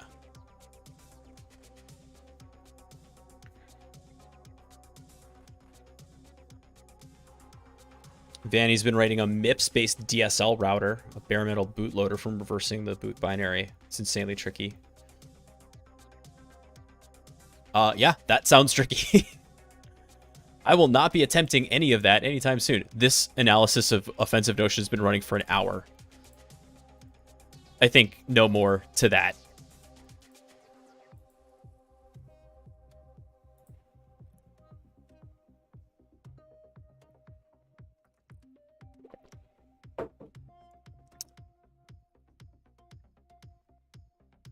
What is, out of curiosity, what is the size of the 142 megs?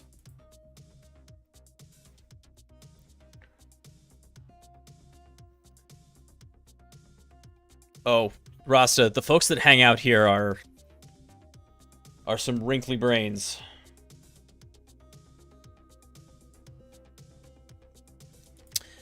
Okay, so we need to find a different function, and I believe it's one that references this. Do we actually have a 64-bit executable? No, it's a 32-bit, but I believe the pattern holds. It's just for E's rather than R's.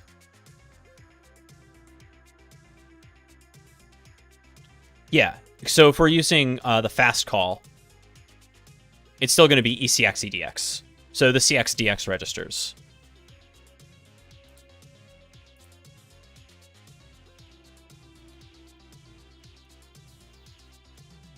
.32 has parameters on the stack. I did not know that. Okay. This is what I get for using only 64-bit stuff. 32-bit function calls for arguments on the stack. Syscalls use registers, as far as I know. Well, crap. Okay. Functions have arguments on the stack. Well, I guess I learned something today.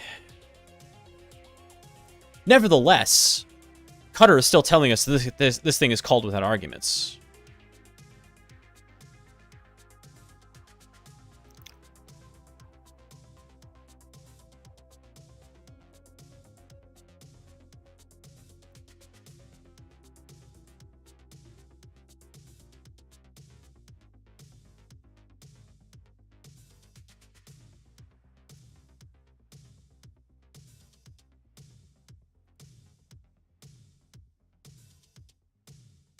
There's one reference to 51270 from here.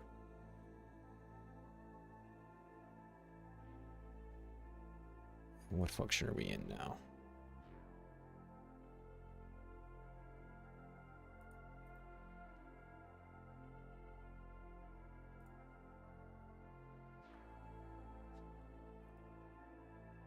Again, no functions here. Hey, at least we found a reference to kernel 32 DLL output debug string. Maybe that's a thread we should pull on.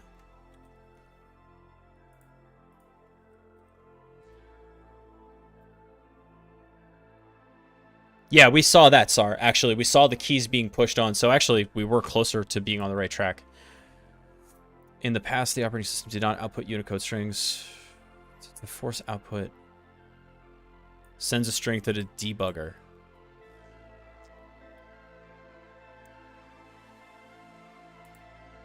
That's not, I don't think, helpful for us here.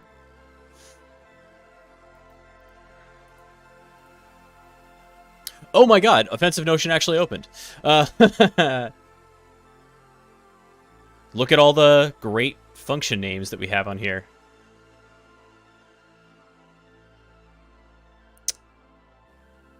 This is why debug symbols are great.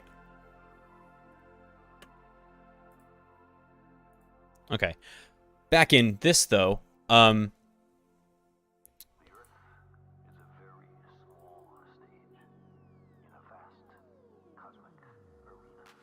So where were we? We were at 601.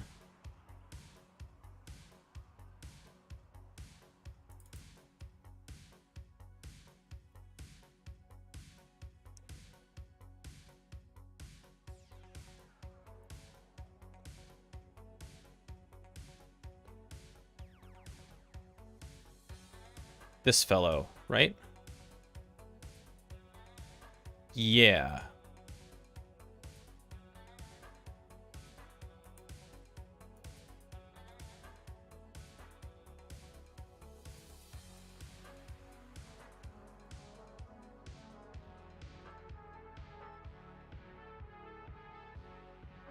All right, I think we need to back up a little bit here.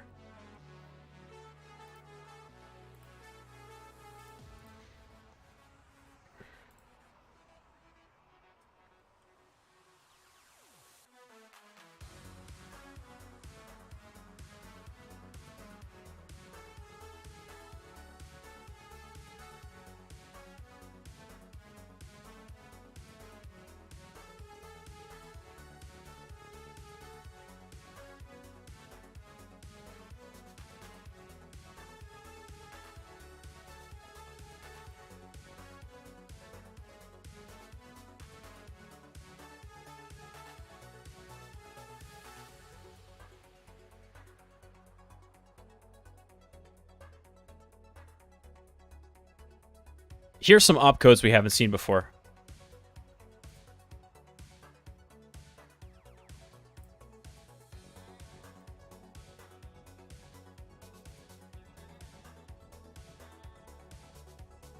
Move unaligned double quad word.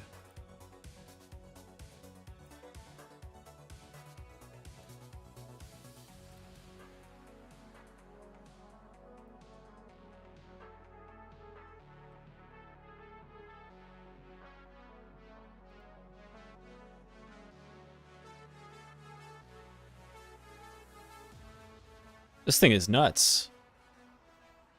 What is happening? So I happen to step into this function. Let me look at the cross-references to this. Oh, this one's all over the place, too.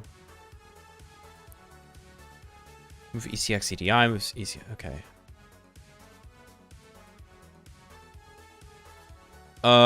Ooh. Okay.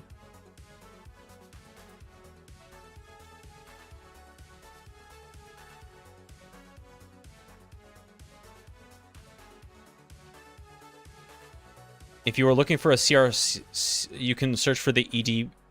Vanny, thank you. Can you tell me how you discovered that?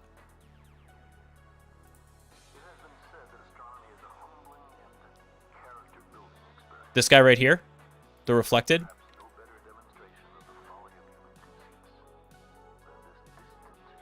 6160, 260. Yeah, this looks pretty sus. But let's do that search.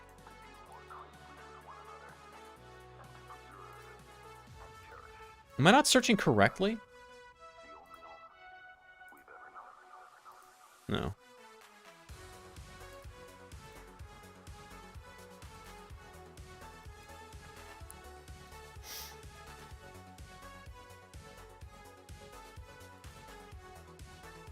According to our breakdown here, there's 2 forward polynomials. Or no, this is the forward, this is the reflected. And so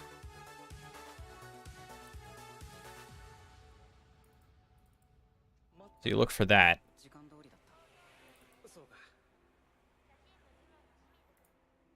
To be looking for the constant there.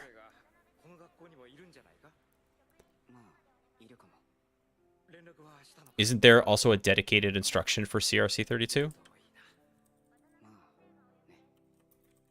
No, I don't know.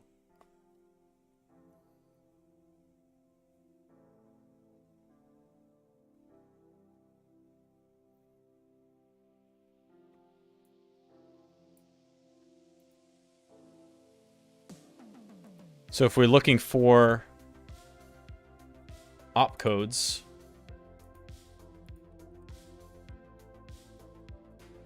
no.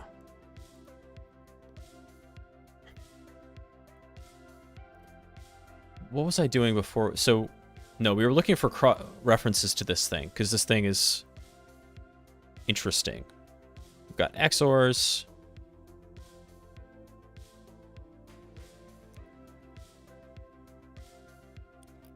And yeah, there's a lot of bitwise logic going on here. And it's gigantic.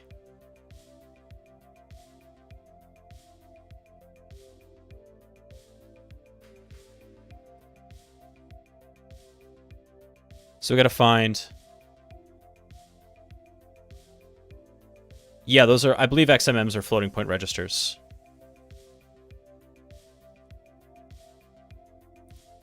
So we'll go to the cross-references. As we can see, there are several of them. Each time we see a move ECX...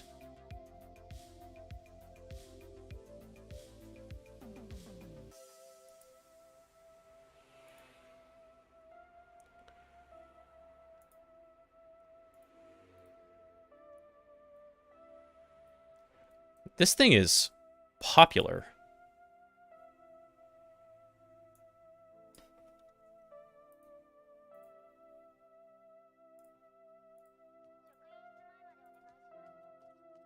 Or, no.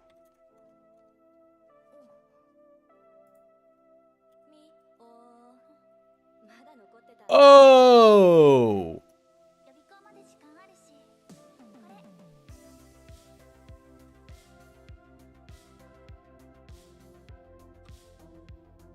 Turns out it did apply.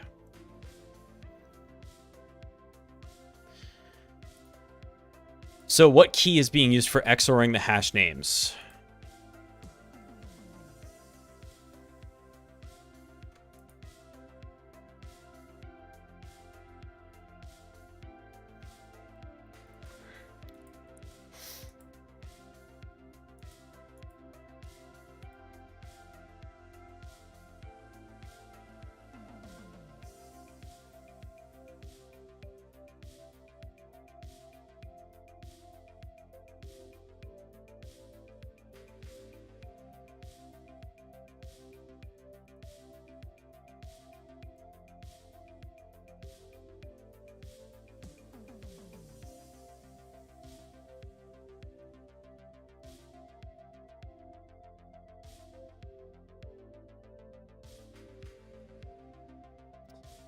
I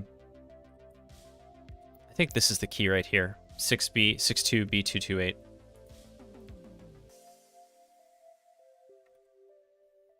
Why can I never copy from Cutter?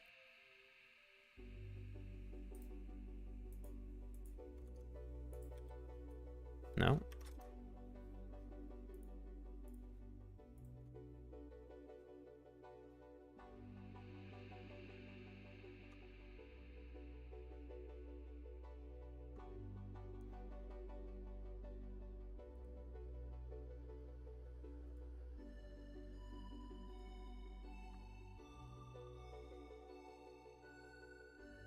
All right, well, this thing has to be...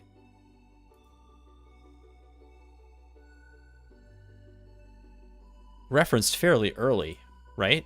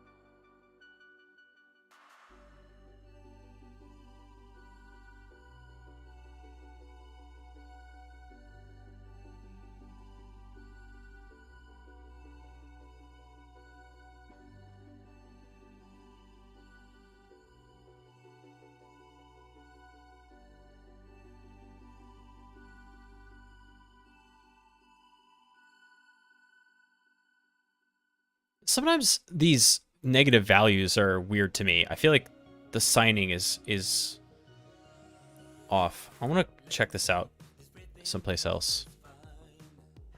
So where's our entry? Also negative here.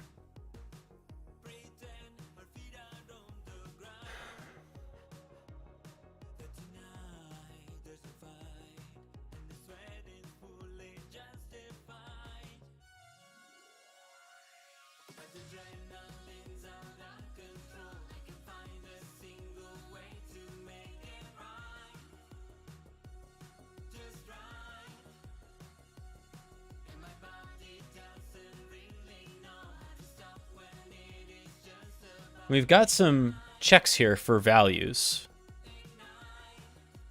but all right, back to the question. The question is, what key is being used for XORing the hash names?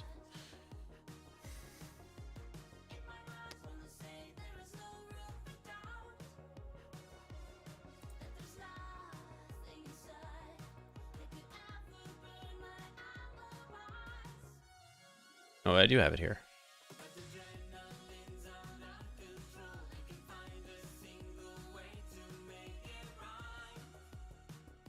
And it is XORed against this, right?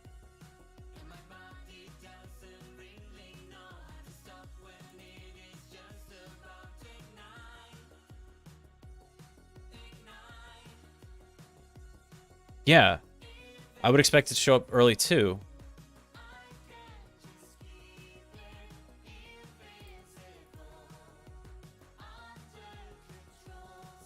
Nope. Okay. That's not the key. So in Cutter we have... Why are these negative?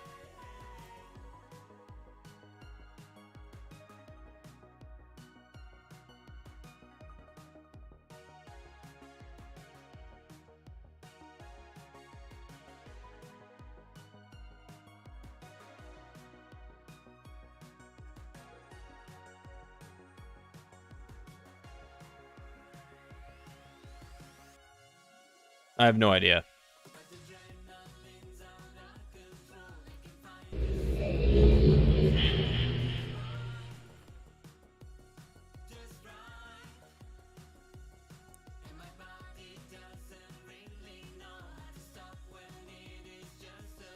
Yeah, notice how Cutter's doing like this. We're in the same function here, right? We're in 6015C0 in Ghidra and here. But notice the...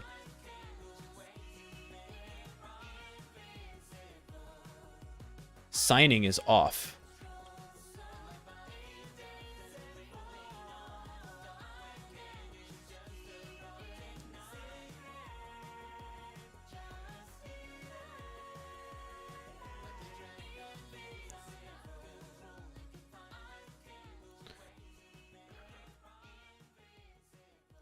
Is there an XOR in the disassembly somewhere? There is indeed. 0xC 137958. How many times does this show up?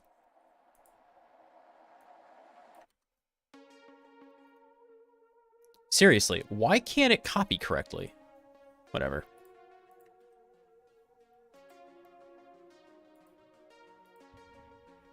Oh my. That shows up all over the place. Now, that doesn't... its prevalence doesn't mean that's what we're looking for. But the fact that it's used in an XOR... Oh, it's against DCX, though. That's not...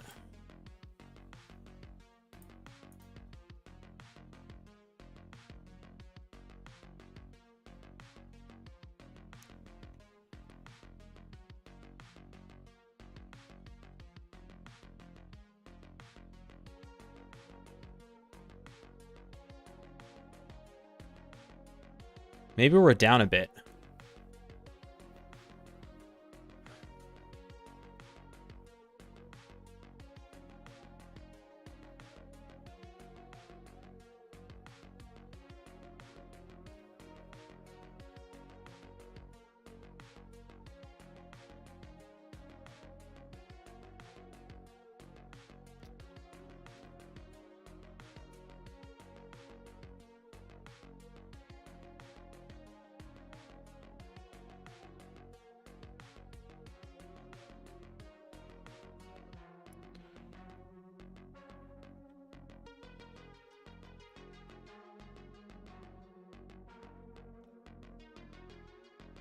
All right.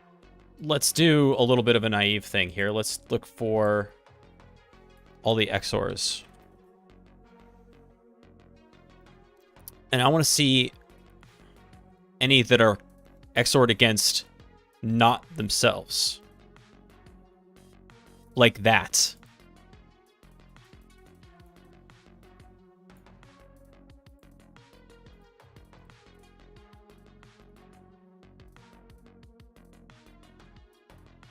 Woof.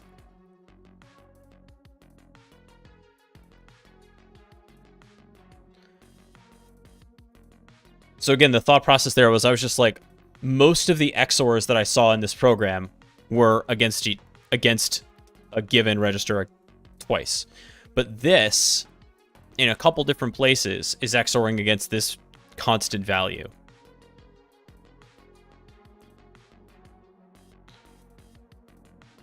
Woo.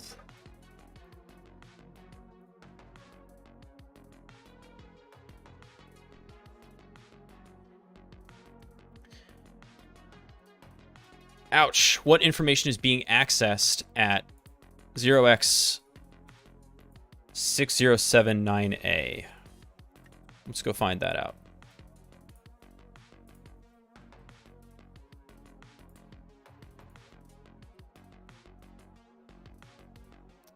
Ooh, okay. So ESI plus 24.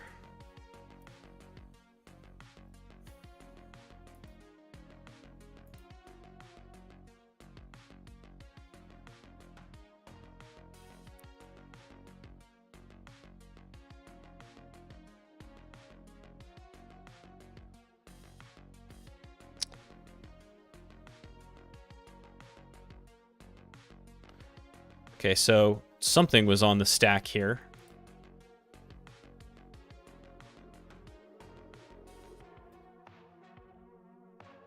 Let's take a look at the same thing in Ghidra, if we can.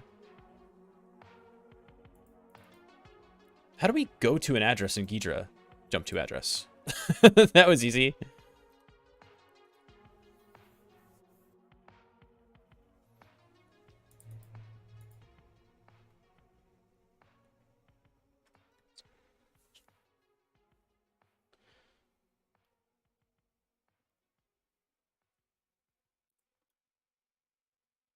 Huh.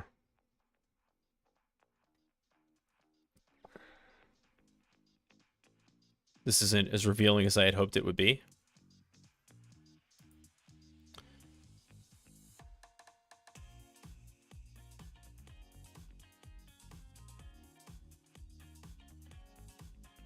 Let's see.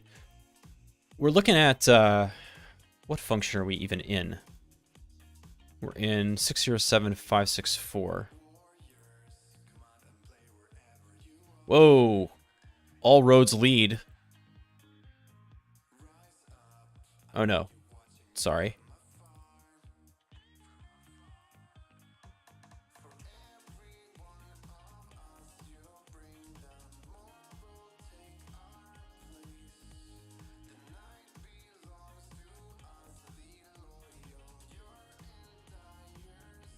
The pop ESI doesn't matter because of the ret. There's a jump to the target address.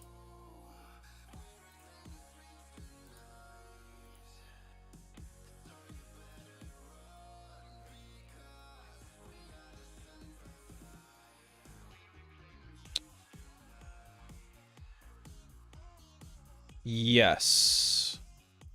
Right. Compare. There's that key again. And then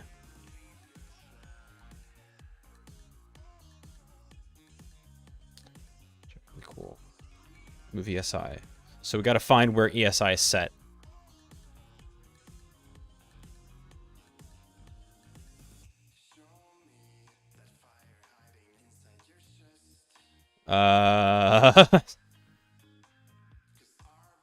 Move ESI.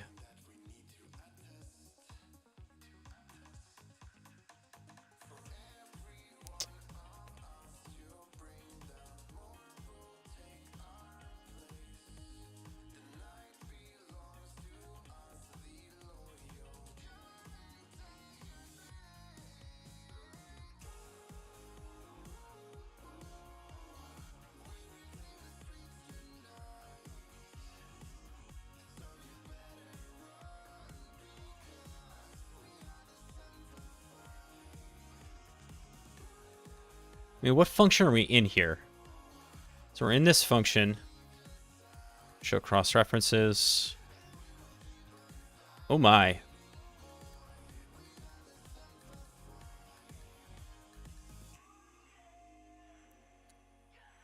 Quite a few.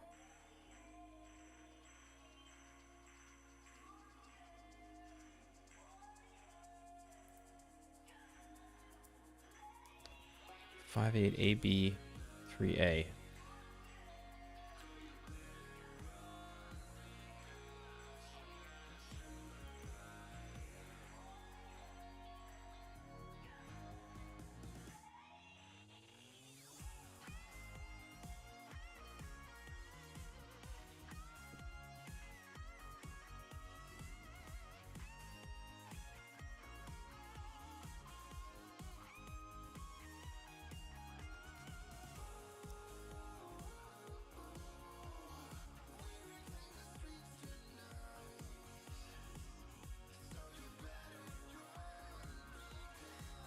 Okay, let's think about what this thing is doing. We're hashing functions inside of kernel 32, right? And we're using CRC32 to encrypt our function names that we're searching for. We're decrypting them, then we're looking for them. The value that we need, what value in order to get anything else, so like we have that information. What do we have at this point? So we've got the DLL, we've got kernel 32 DLL, we've got its base address, and presumably we have the offsets for all of the functions that we've looked for.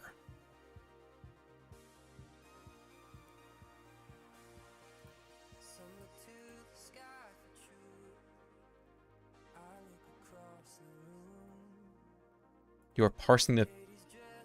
Read the documentation.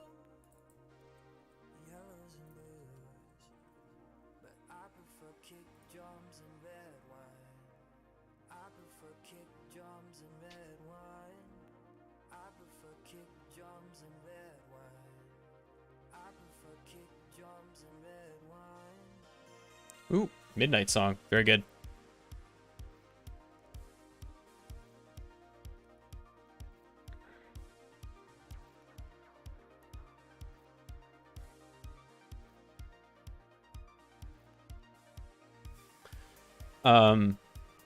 Plus 18, right? So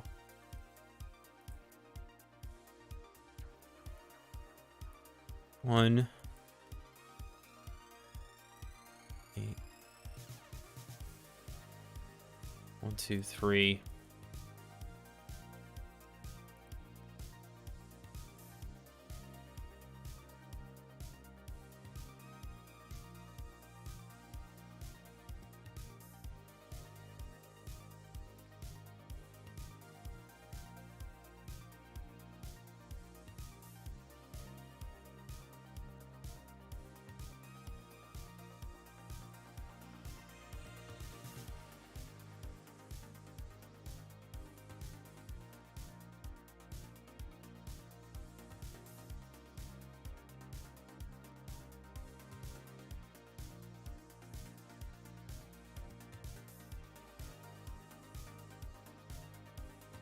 Computer, the process environment bot is a data structure in Windows NT.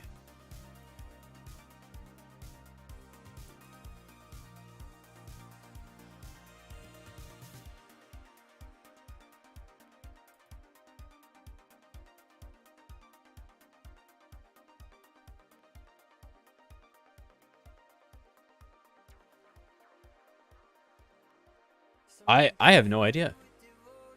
Anybody have any bright ideas?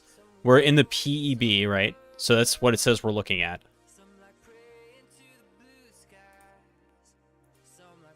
Use IDA Pro structs. It will make the code more readable. Hold on a second. I don't have those. Wouldn't 0 plus 18 be the alt thunk S list pointer?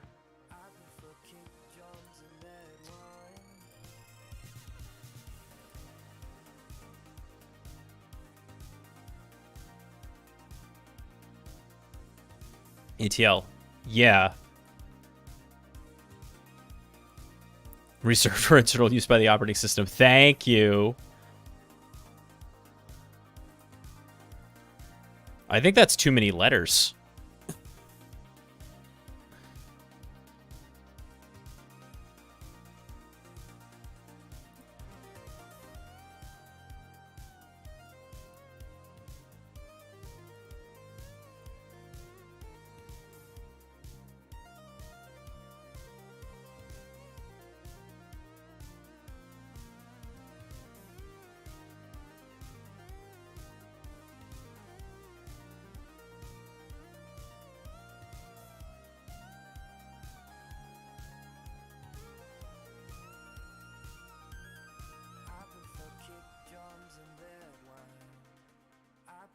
Kick drums and red wine. I prefer kick drums and red wine. I prefer kick drums and red wine.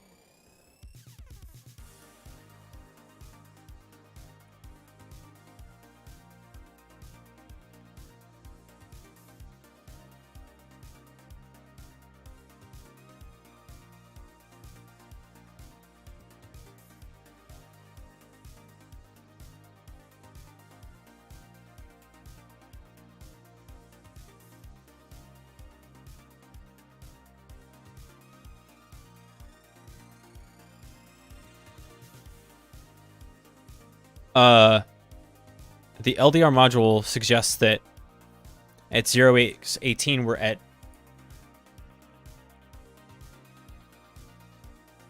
You can't create a struct. I'm not writing any code, Joe. 0x18 is the DLL base.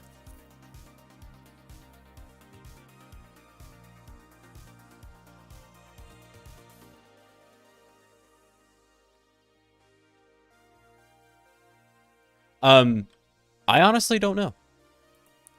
That's something that you're much more capable at than I am.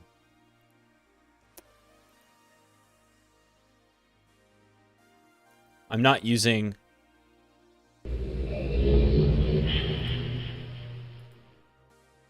I guess I insert create delete structure.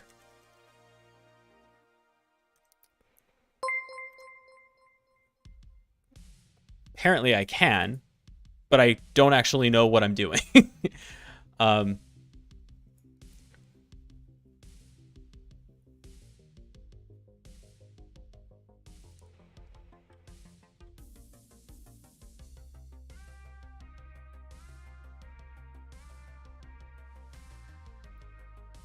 You should be able to drop the struct definition in there and then apply it to memory. I feel like that's going to be more work than I need for what I'm looking for here, but that's cool to know. Like, I honestly would just be flapping around in the dark if I were doing that. That is beyond my ken at the moment. But here, we're looking at this DLL base.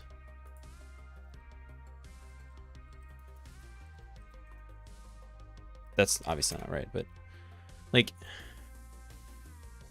we do know we need the base address.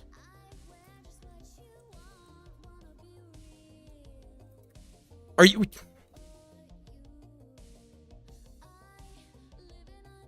Yeah, thank you, Sar, for the gift to Jiraz.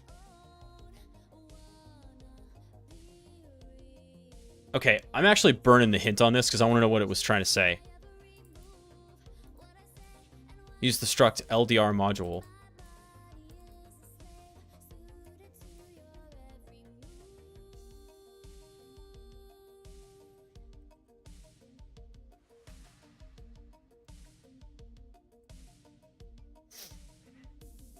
Yeah, there it is. Nope.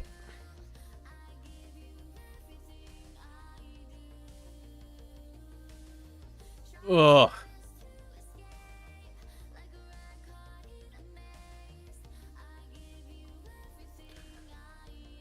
I think I may be quickly coming up against my capabilities with reverse engineering here.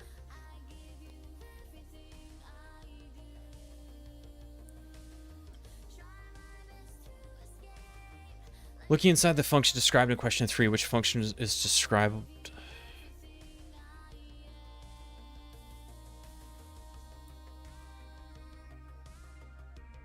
I learned a bunch of this Windows stuff doing OSCD, then probably forgot it all.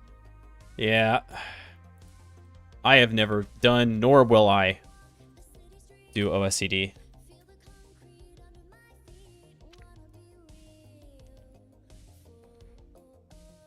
I feel like we liked 7564 for something else, right? Yeah, we did.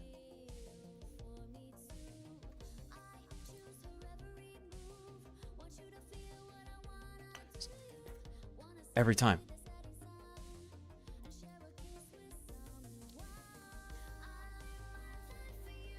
No, it's not. So this is responsible for locating or retrieving the targeted module DLL. Okay, so it has to be after that, right? Because if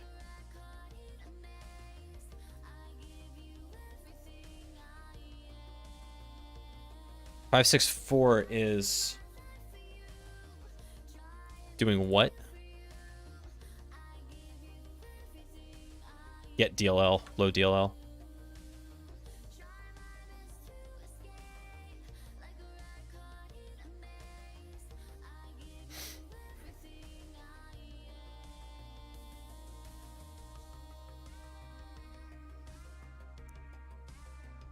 Okay.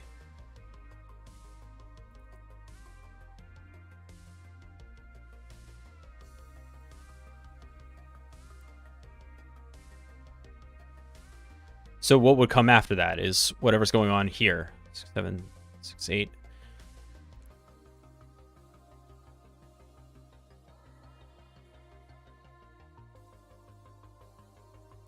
And then this was the 61D620 where we saw a bunch of interesting stuff going on.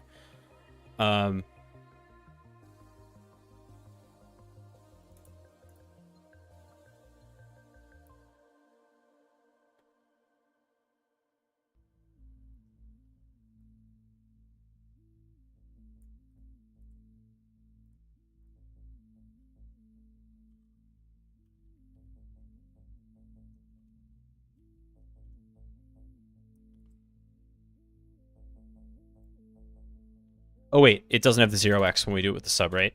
Yeah. Wow.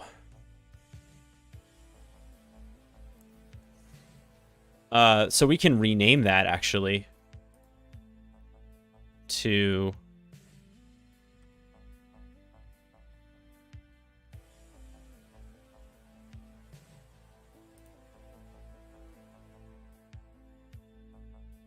Am I just not seeing rename function?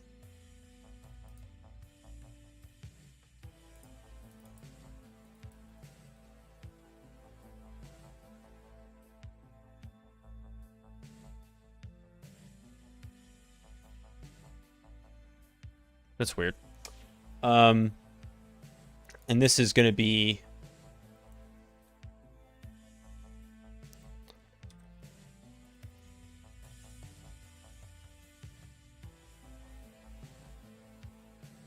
There was a rename in the context menu. Yeah, I don't know why I couldn't see that before. All right, so that gets the function. And then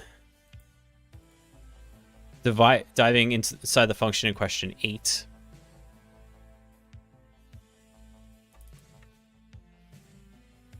What is being accessed to offset 0x3c within the first pass parameter? Okay, so...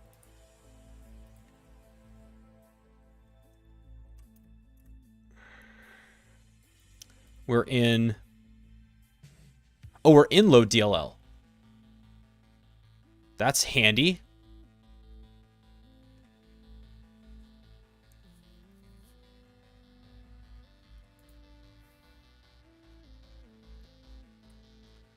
And what is being accessed at offset 0x3c within the first passed parameter? Okay, so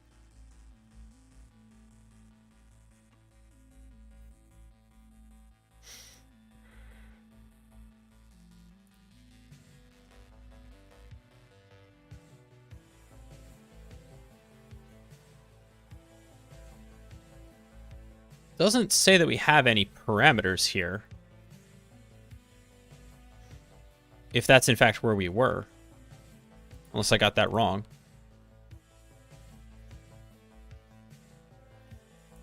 The function described in question 8. This is the question 8. Oops.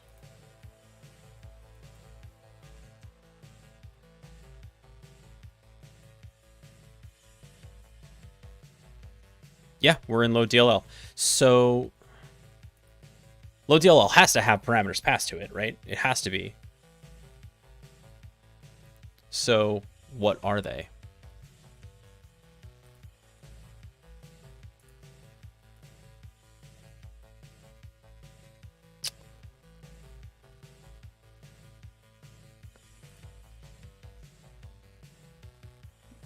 What is being accessed at offset 0x3c within the first passed parameter?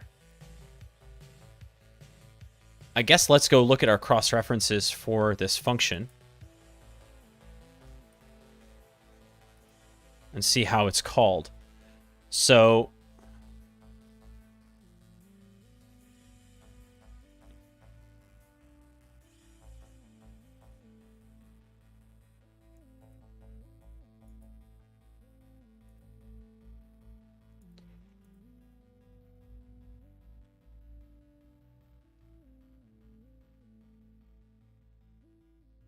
this is going to be another one where those structs... I think this challenge was designed to be used with IDA Pro, because I don't have access to these structs. But if we think about what we're getting back...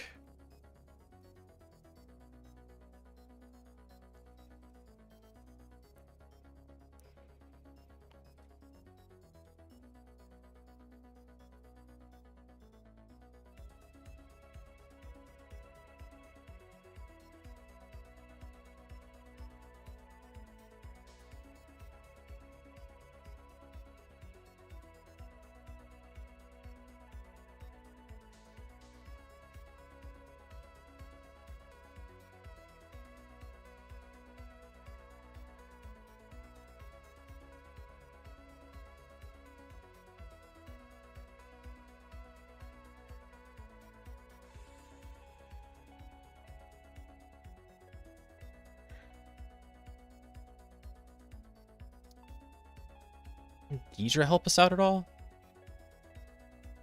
Ghidra can do some stuff that Cutter can't, and we haven't been playing with it too much. So let's go to, let's see. Let's go to that address.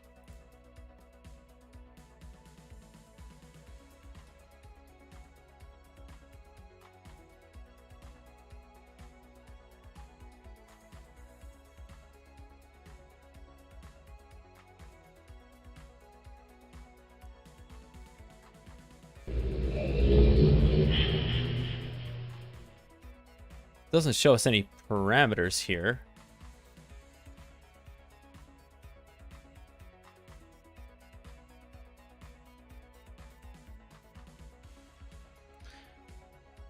Lots of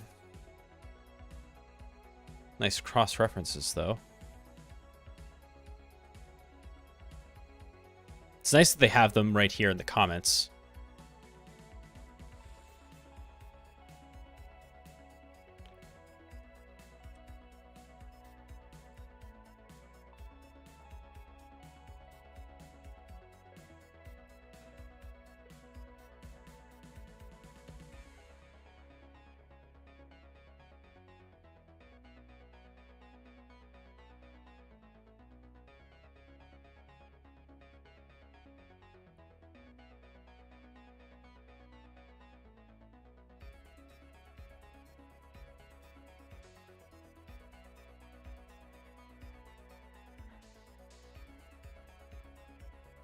So load DLL gets the base address, so it's pulling out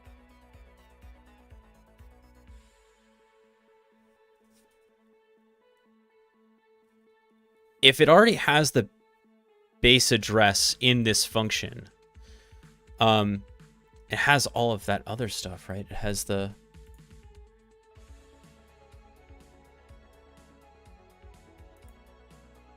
What else does it have?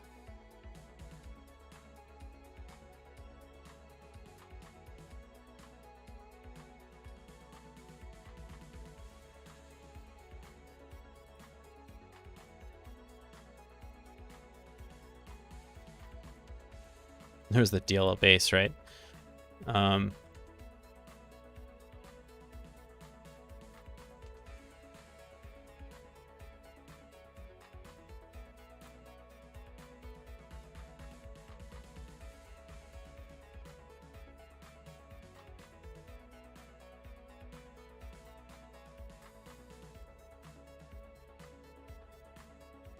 Is it also picking up DOS headers?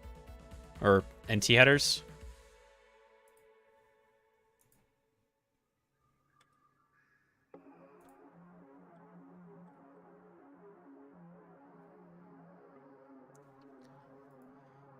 This is a good one to use a hint for, I think. There's one hint. Ah, screw you. Don't do that.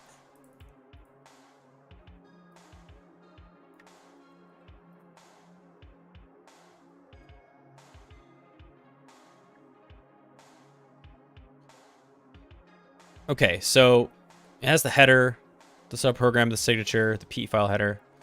Yeah. So it was the DOS header. And then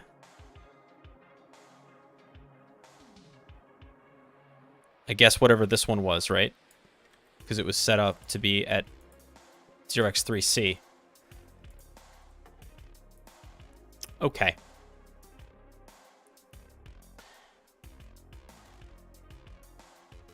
I will do one more of these, and I think we're going to call it a day.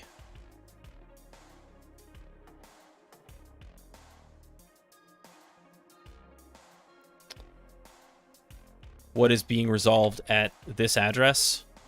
Can't wait to find out.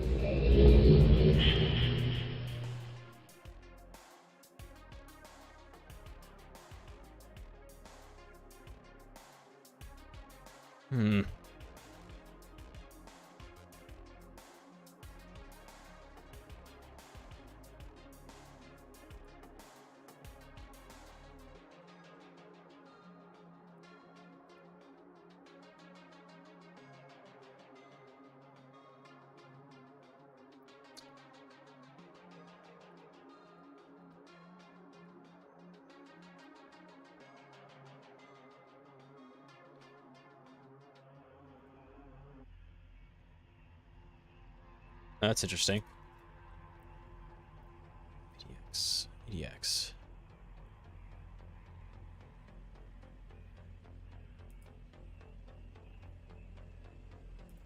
It's just an opcode. What are you doing here?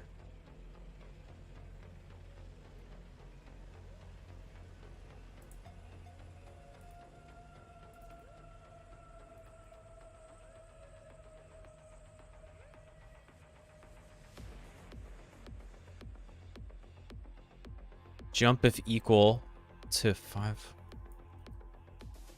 I wonder if it's like...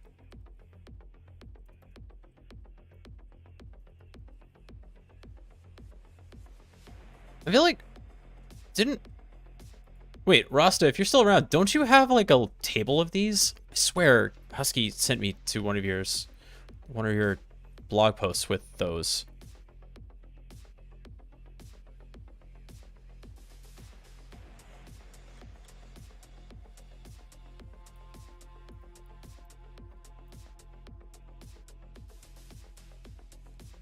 I'm thinking of the syscalls table. Maybe I am.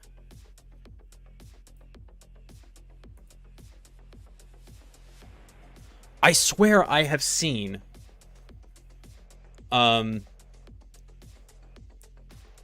tables of offsets for different versions of kernel 32.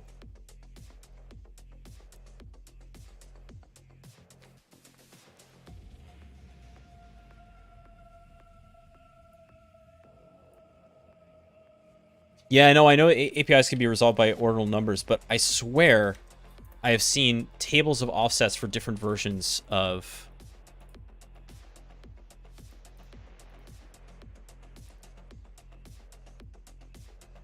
No.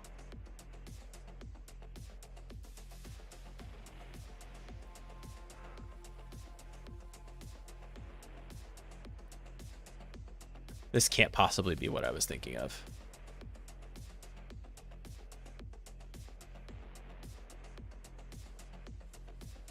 No, because this is just the function list. Although, this is a great reference, by the way.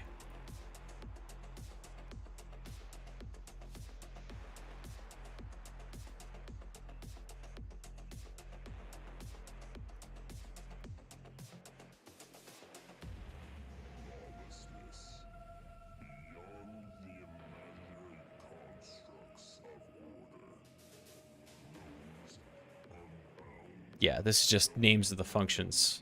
This isn't offsets.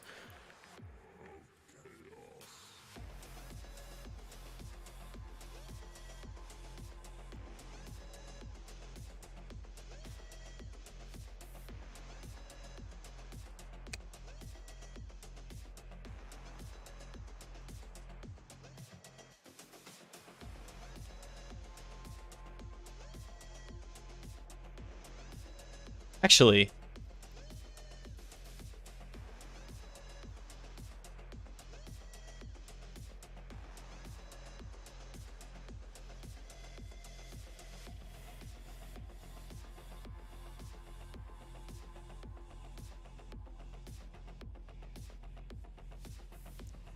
no, we're deep into it now.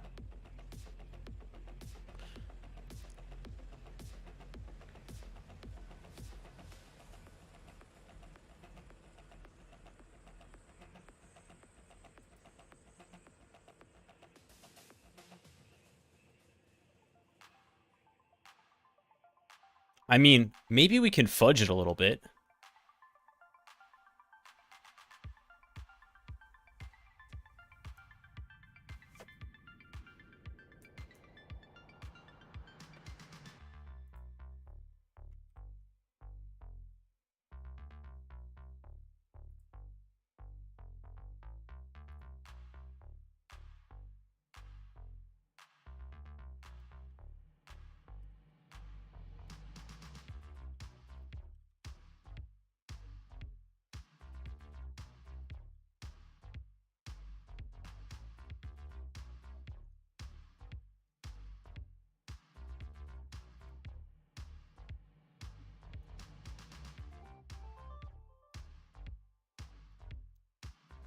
I'm naive enough to try this. This is gigantic, though. I have no idea how long that'll take. Not long at all. No debug symbols. Very handy.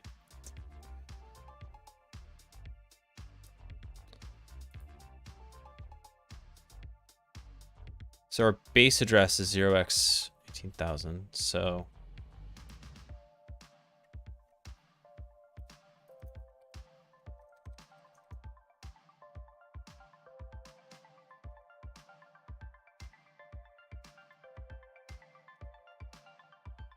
Dang it.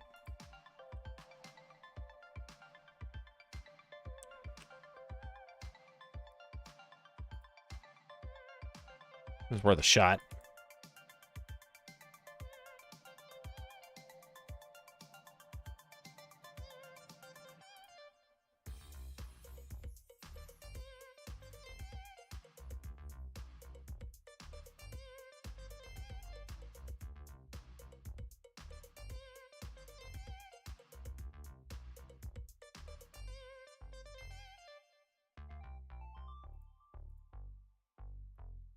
So what I'm doing is I'm trying to compare my kernel 32 to whatever this was doing.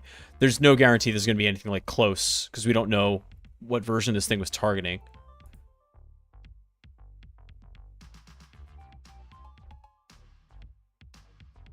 I guess we would have to like decrypt what it was trying to do with CRC32, which I don't really feel like doing. Well, we do have the key.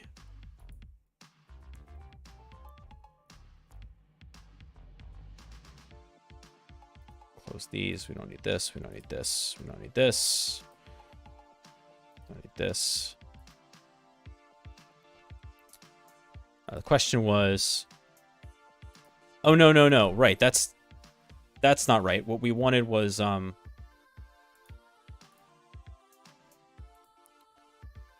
F59, right.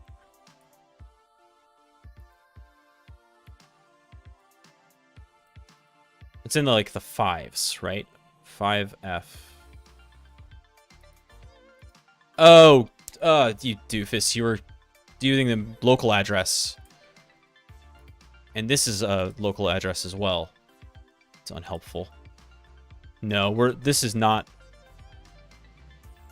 an actual address of a function.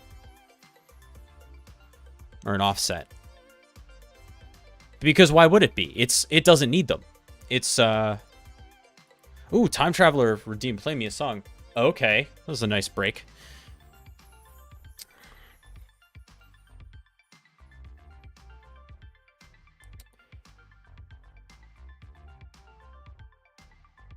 Any requests for mood, Time Traveler?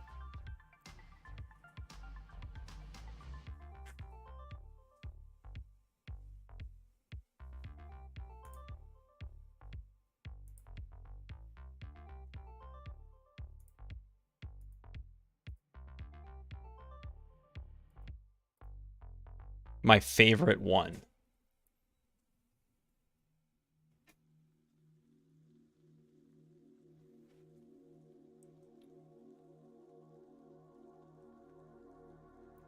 I don't know if I have a favorite song.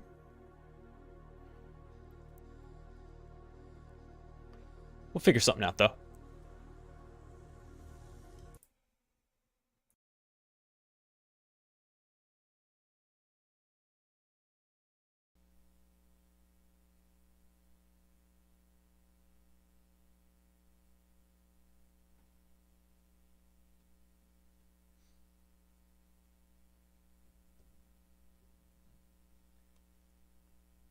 Everything sounding okay?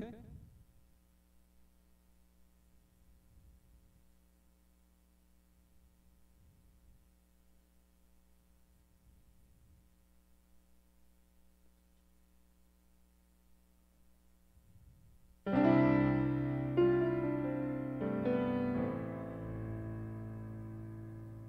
right, we'll do an Iron and Wine song.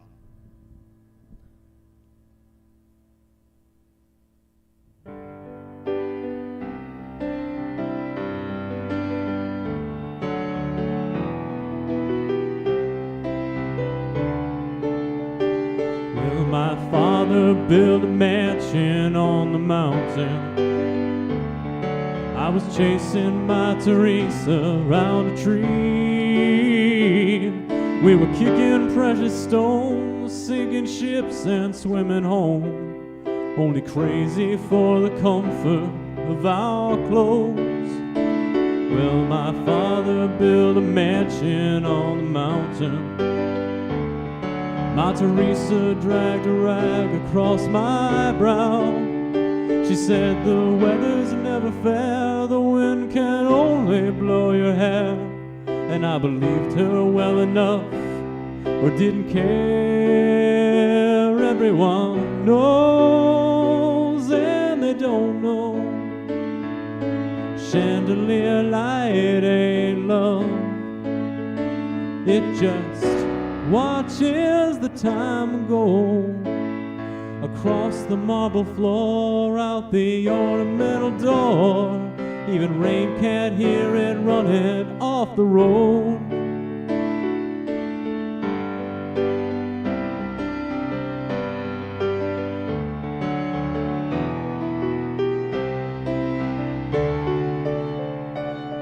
Well, my father father built a mansion on the mountain. My Teresa threw me kisses through the cold. We read the writing on the wall, braced each other for the fall. There's only one way off the mountain after all. Well, my father built a mansion on the mountain. It was me and my Teresa against the world. We took all the river had to give, broke a bed and bought a crib, and we left the mountain, nothing to forgive.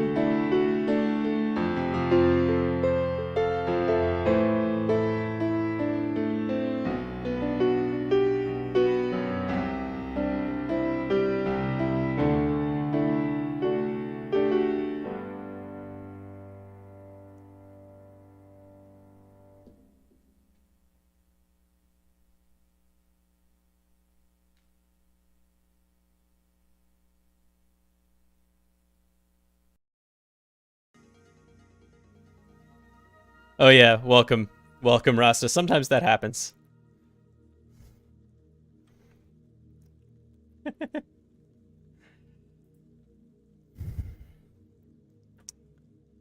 All right, let's answer this one last question and get out of here.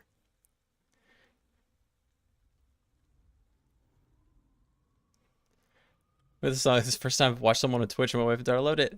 Oh, I'm so glad. Welcome. Thank you so much, everybody. Yeah, so it's not actually a piano stream. I don't know how many points that would take.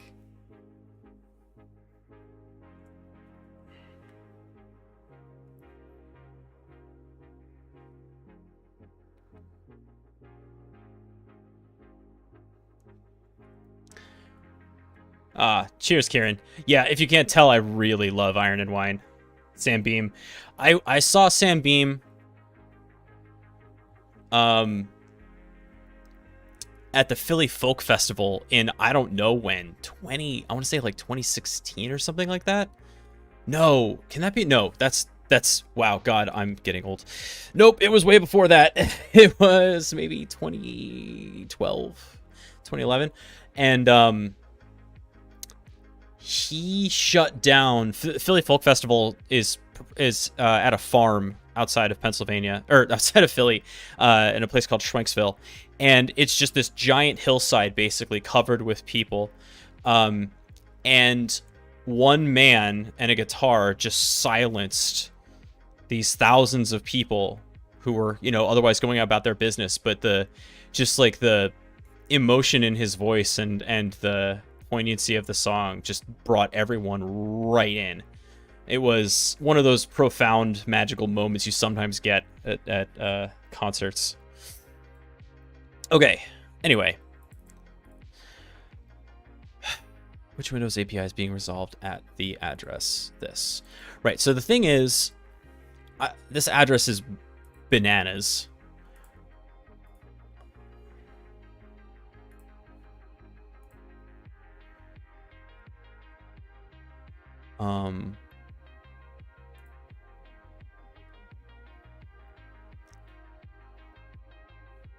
Yeah.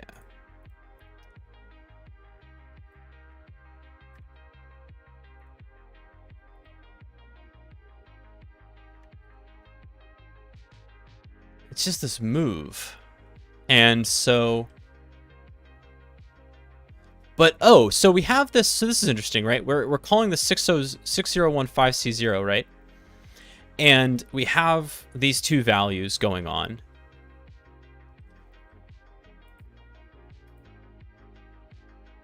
And so, remember, the function call here, this thing has this low DLL. This does some version, I swear. It does some thing with these values that is related to decryption. Even though the decryption function, I think we pointed it someplace else, right? What actually does it was 6.1 performs the hashing. I think there's something else that does the decrypting. I think maybe what we found was what does the decrypting.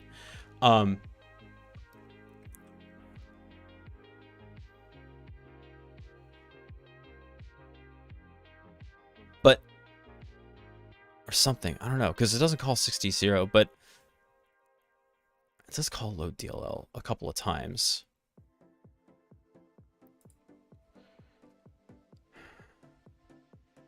So calls the function, getting some value here. We push this value, which is some address.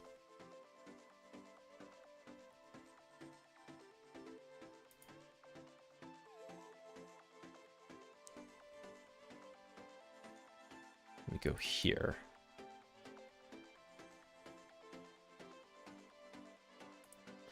I mean,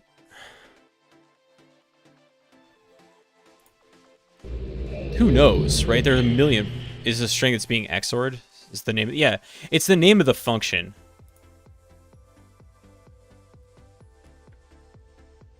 But I don't think it's like, I don't think it's XORed exactly, because we're talking about the CRC32 encryption, right? So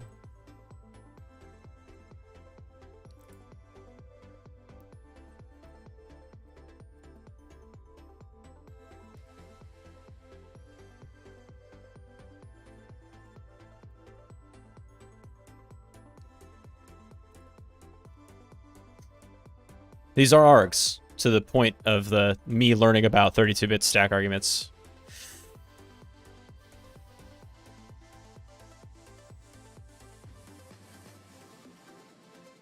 So what does it do with them?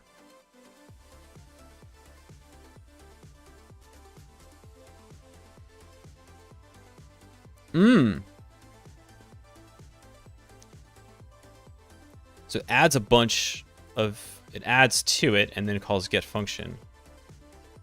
But stack pointer plus.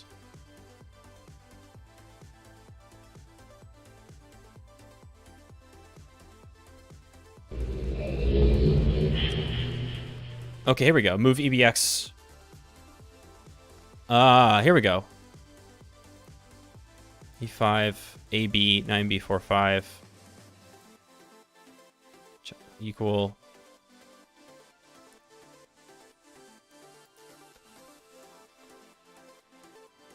Hey, Silly Laird and Elite D, Swanooper and Offline AF. Thank you so much for those follows. JD Guns. I mean,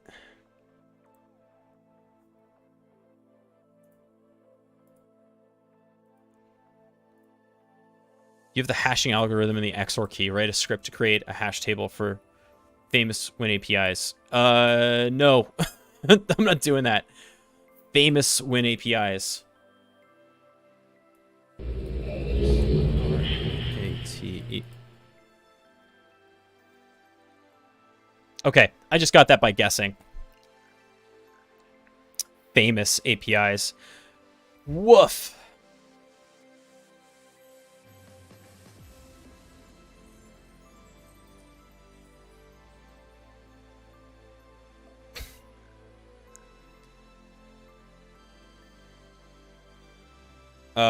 Hey, Silly Laird. Cool, I guess. We are doing some, blue team, some defensive security stuff here. It will take me another 7 weeks to get through the rest of this, so I think we're gonna call it there. This is a good challenge. This is high level. This is not beginner stuff. You really have to be very good at understanding assembly. Frankly, much better than I, to get through all of this and understand what's going on. And by the way, it turns out that maybe having IDA Pro doesn't hurt either, but I'm not about to spend my money for that. But as we did demonstrate, you can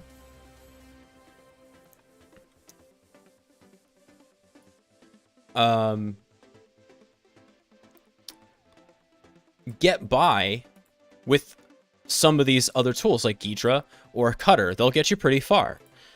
Now, I will also say that there's a point at which, right, from a defensive standpoint, not a research, not a like malware analysis for academic purposes standpoint, there's a point at which, like, you figured out that this thing is doing pretty nasty stuff, and that the static analysis may be less valuable to you than, say, a dynamic analysis to find out what exactly it does, which we've taken a look at here, right? Understanding its behaviors, what it does, process injection, the kinds of files that it drops, right? You can see here, it drops stuff in WER.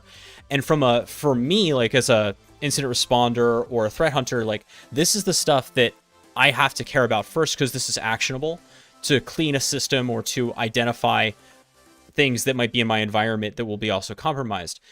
I'm not trying to ding like deep malware analysis. I'm just saying that's a super rarefied field. And for threat hunting, which is my focus, there's like, you need to have malware analysis as a tool on your belt, but the depth to which you go is often going to be a little bit lower than what dedicated malware researchers do, right? Because they need to tear this whole thing apart to find out what it does. All right. With that, then, I think we're going to call it a day, and I have great news. GoPro Sloyo is streaming, so we can send everybody right there. My friend GoPro, fantastic hacker. So we're going to give GoPro a raid.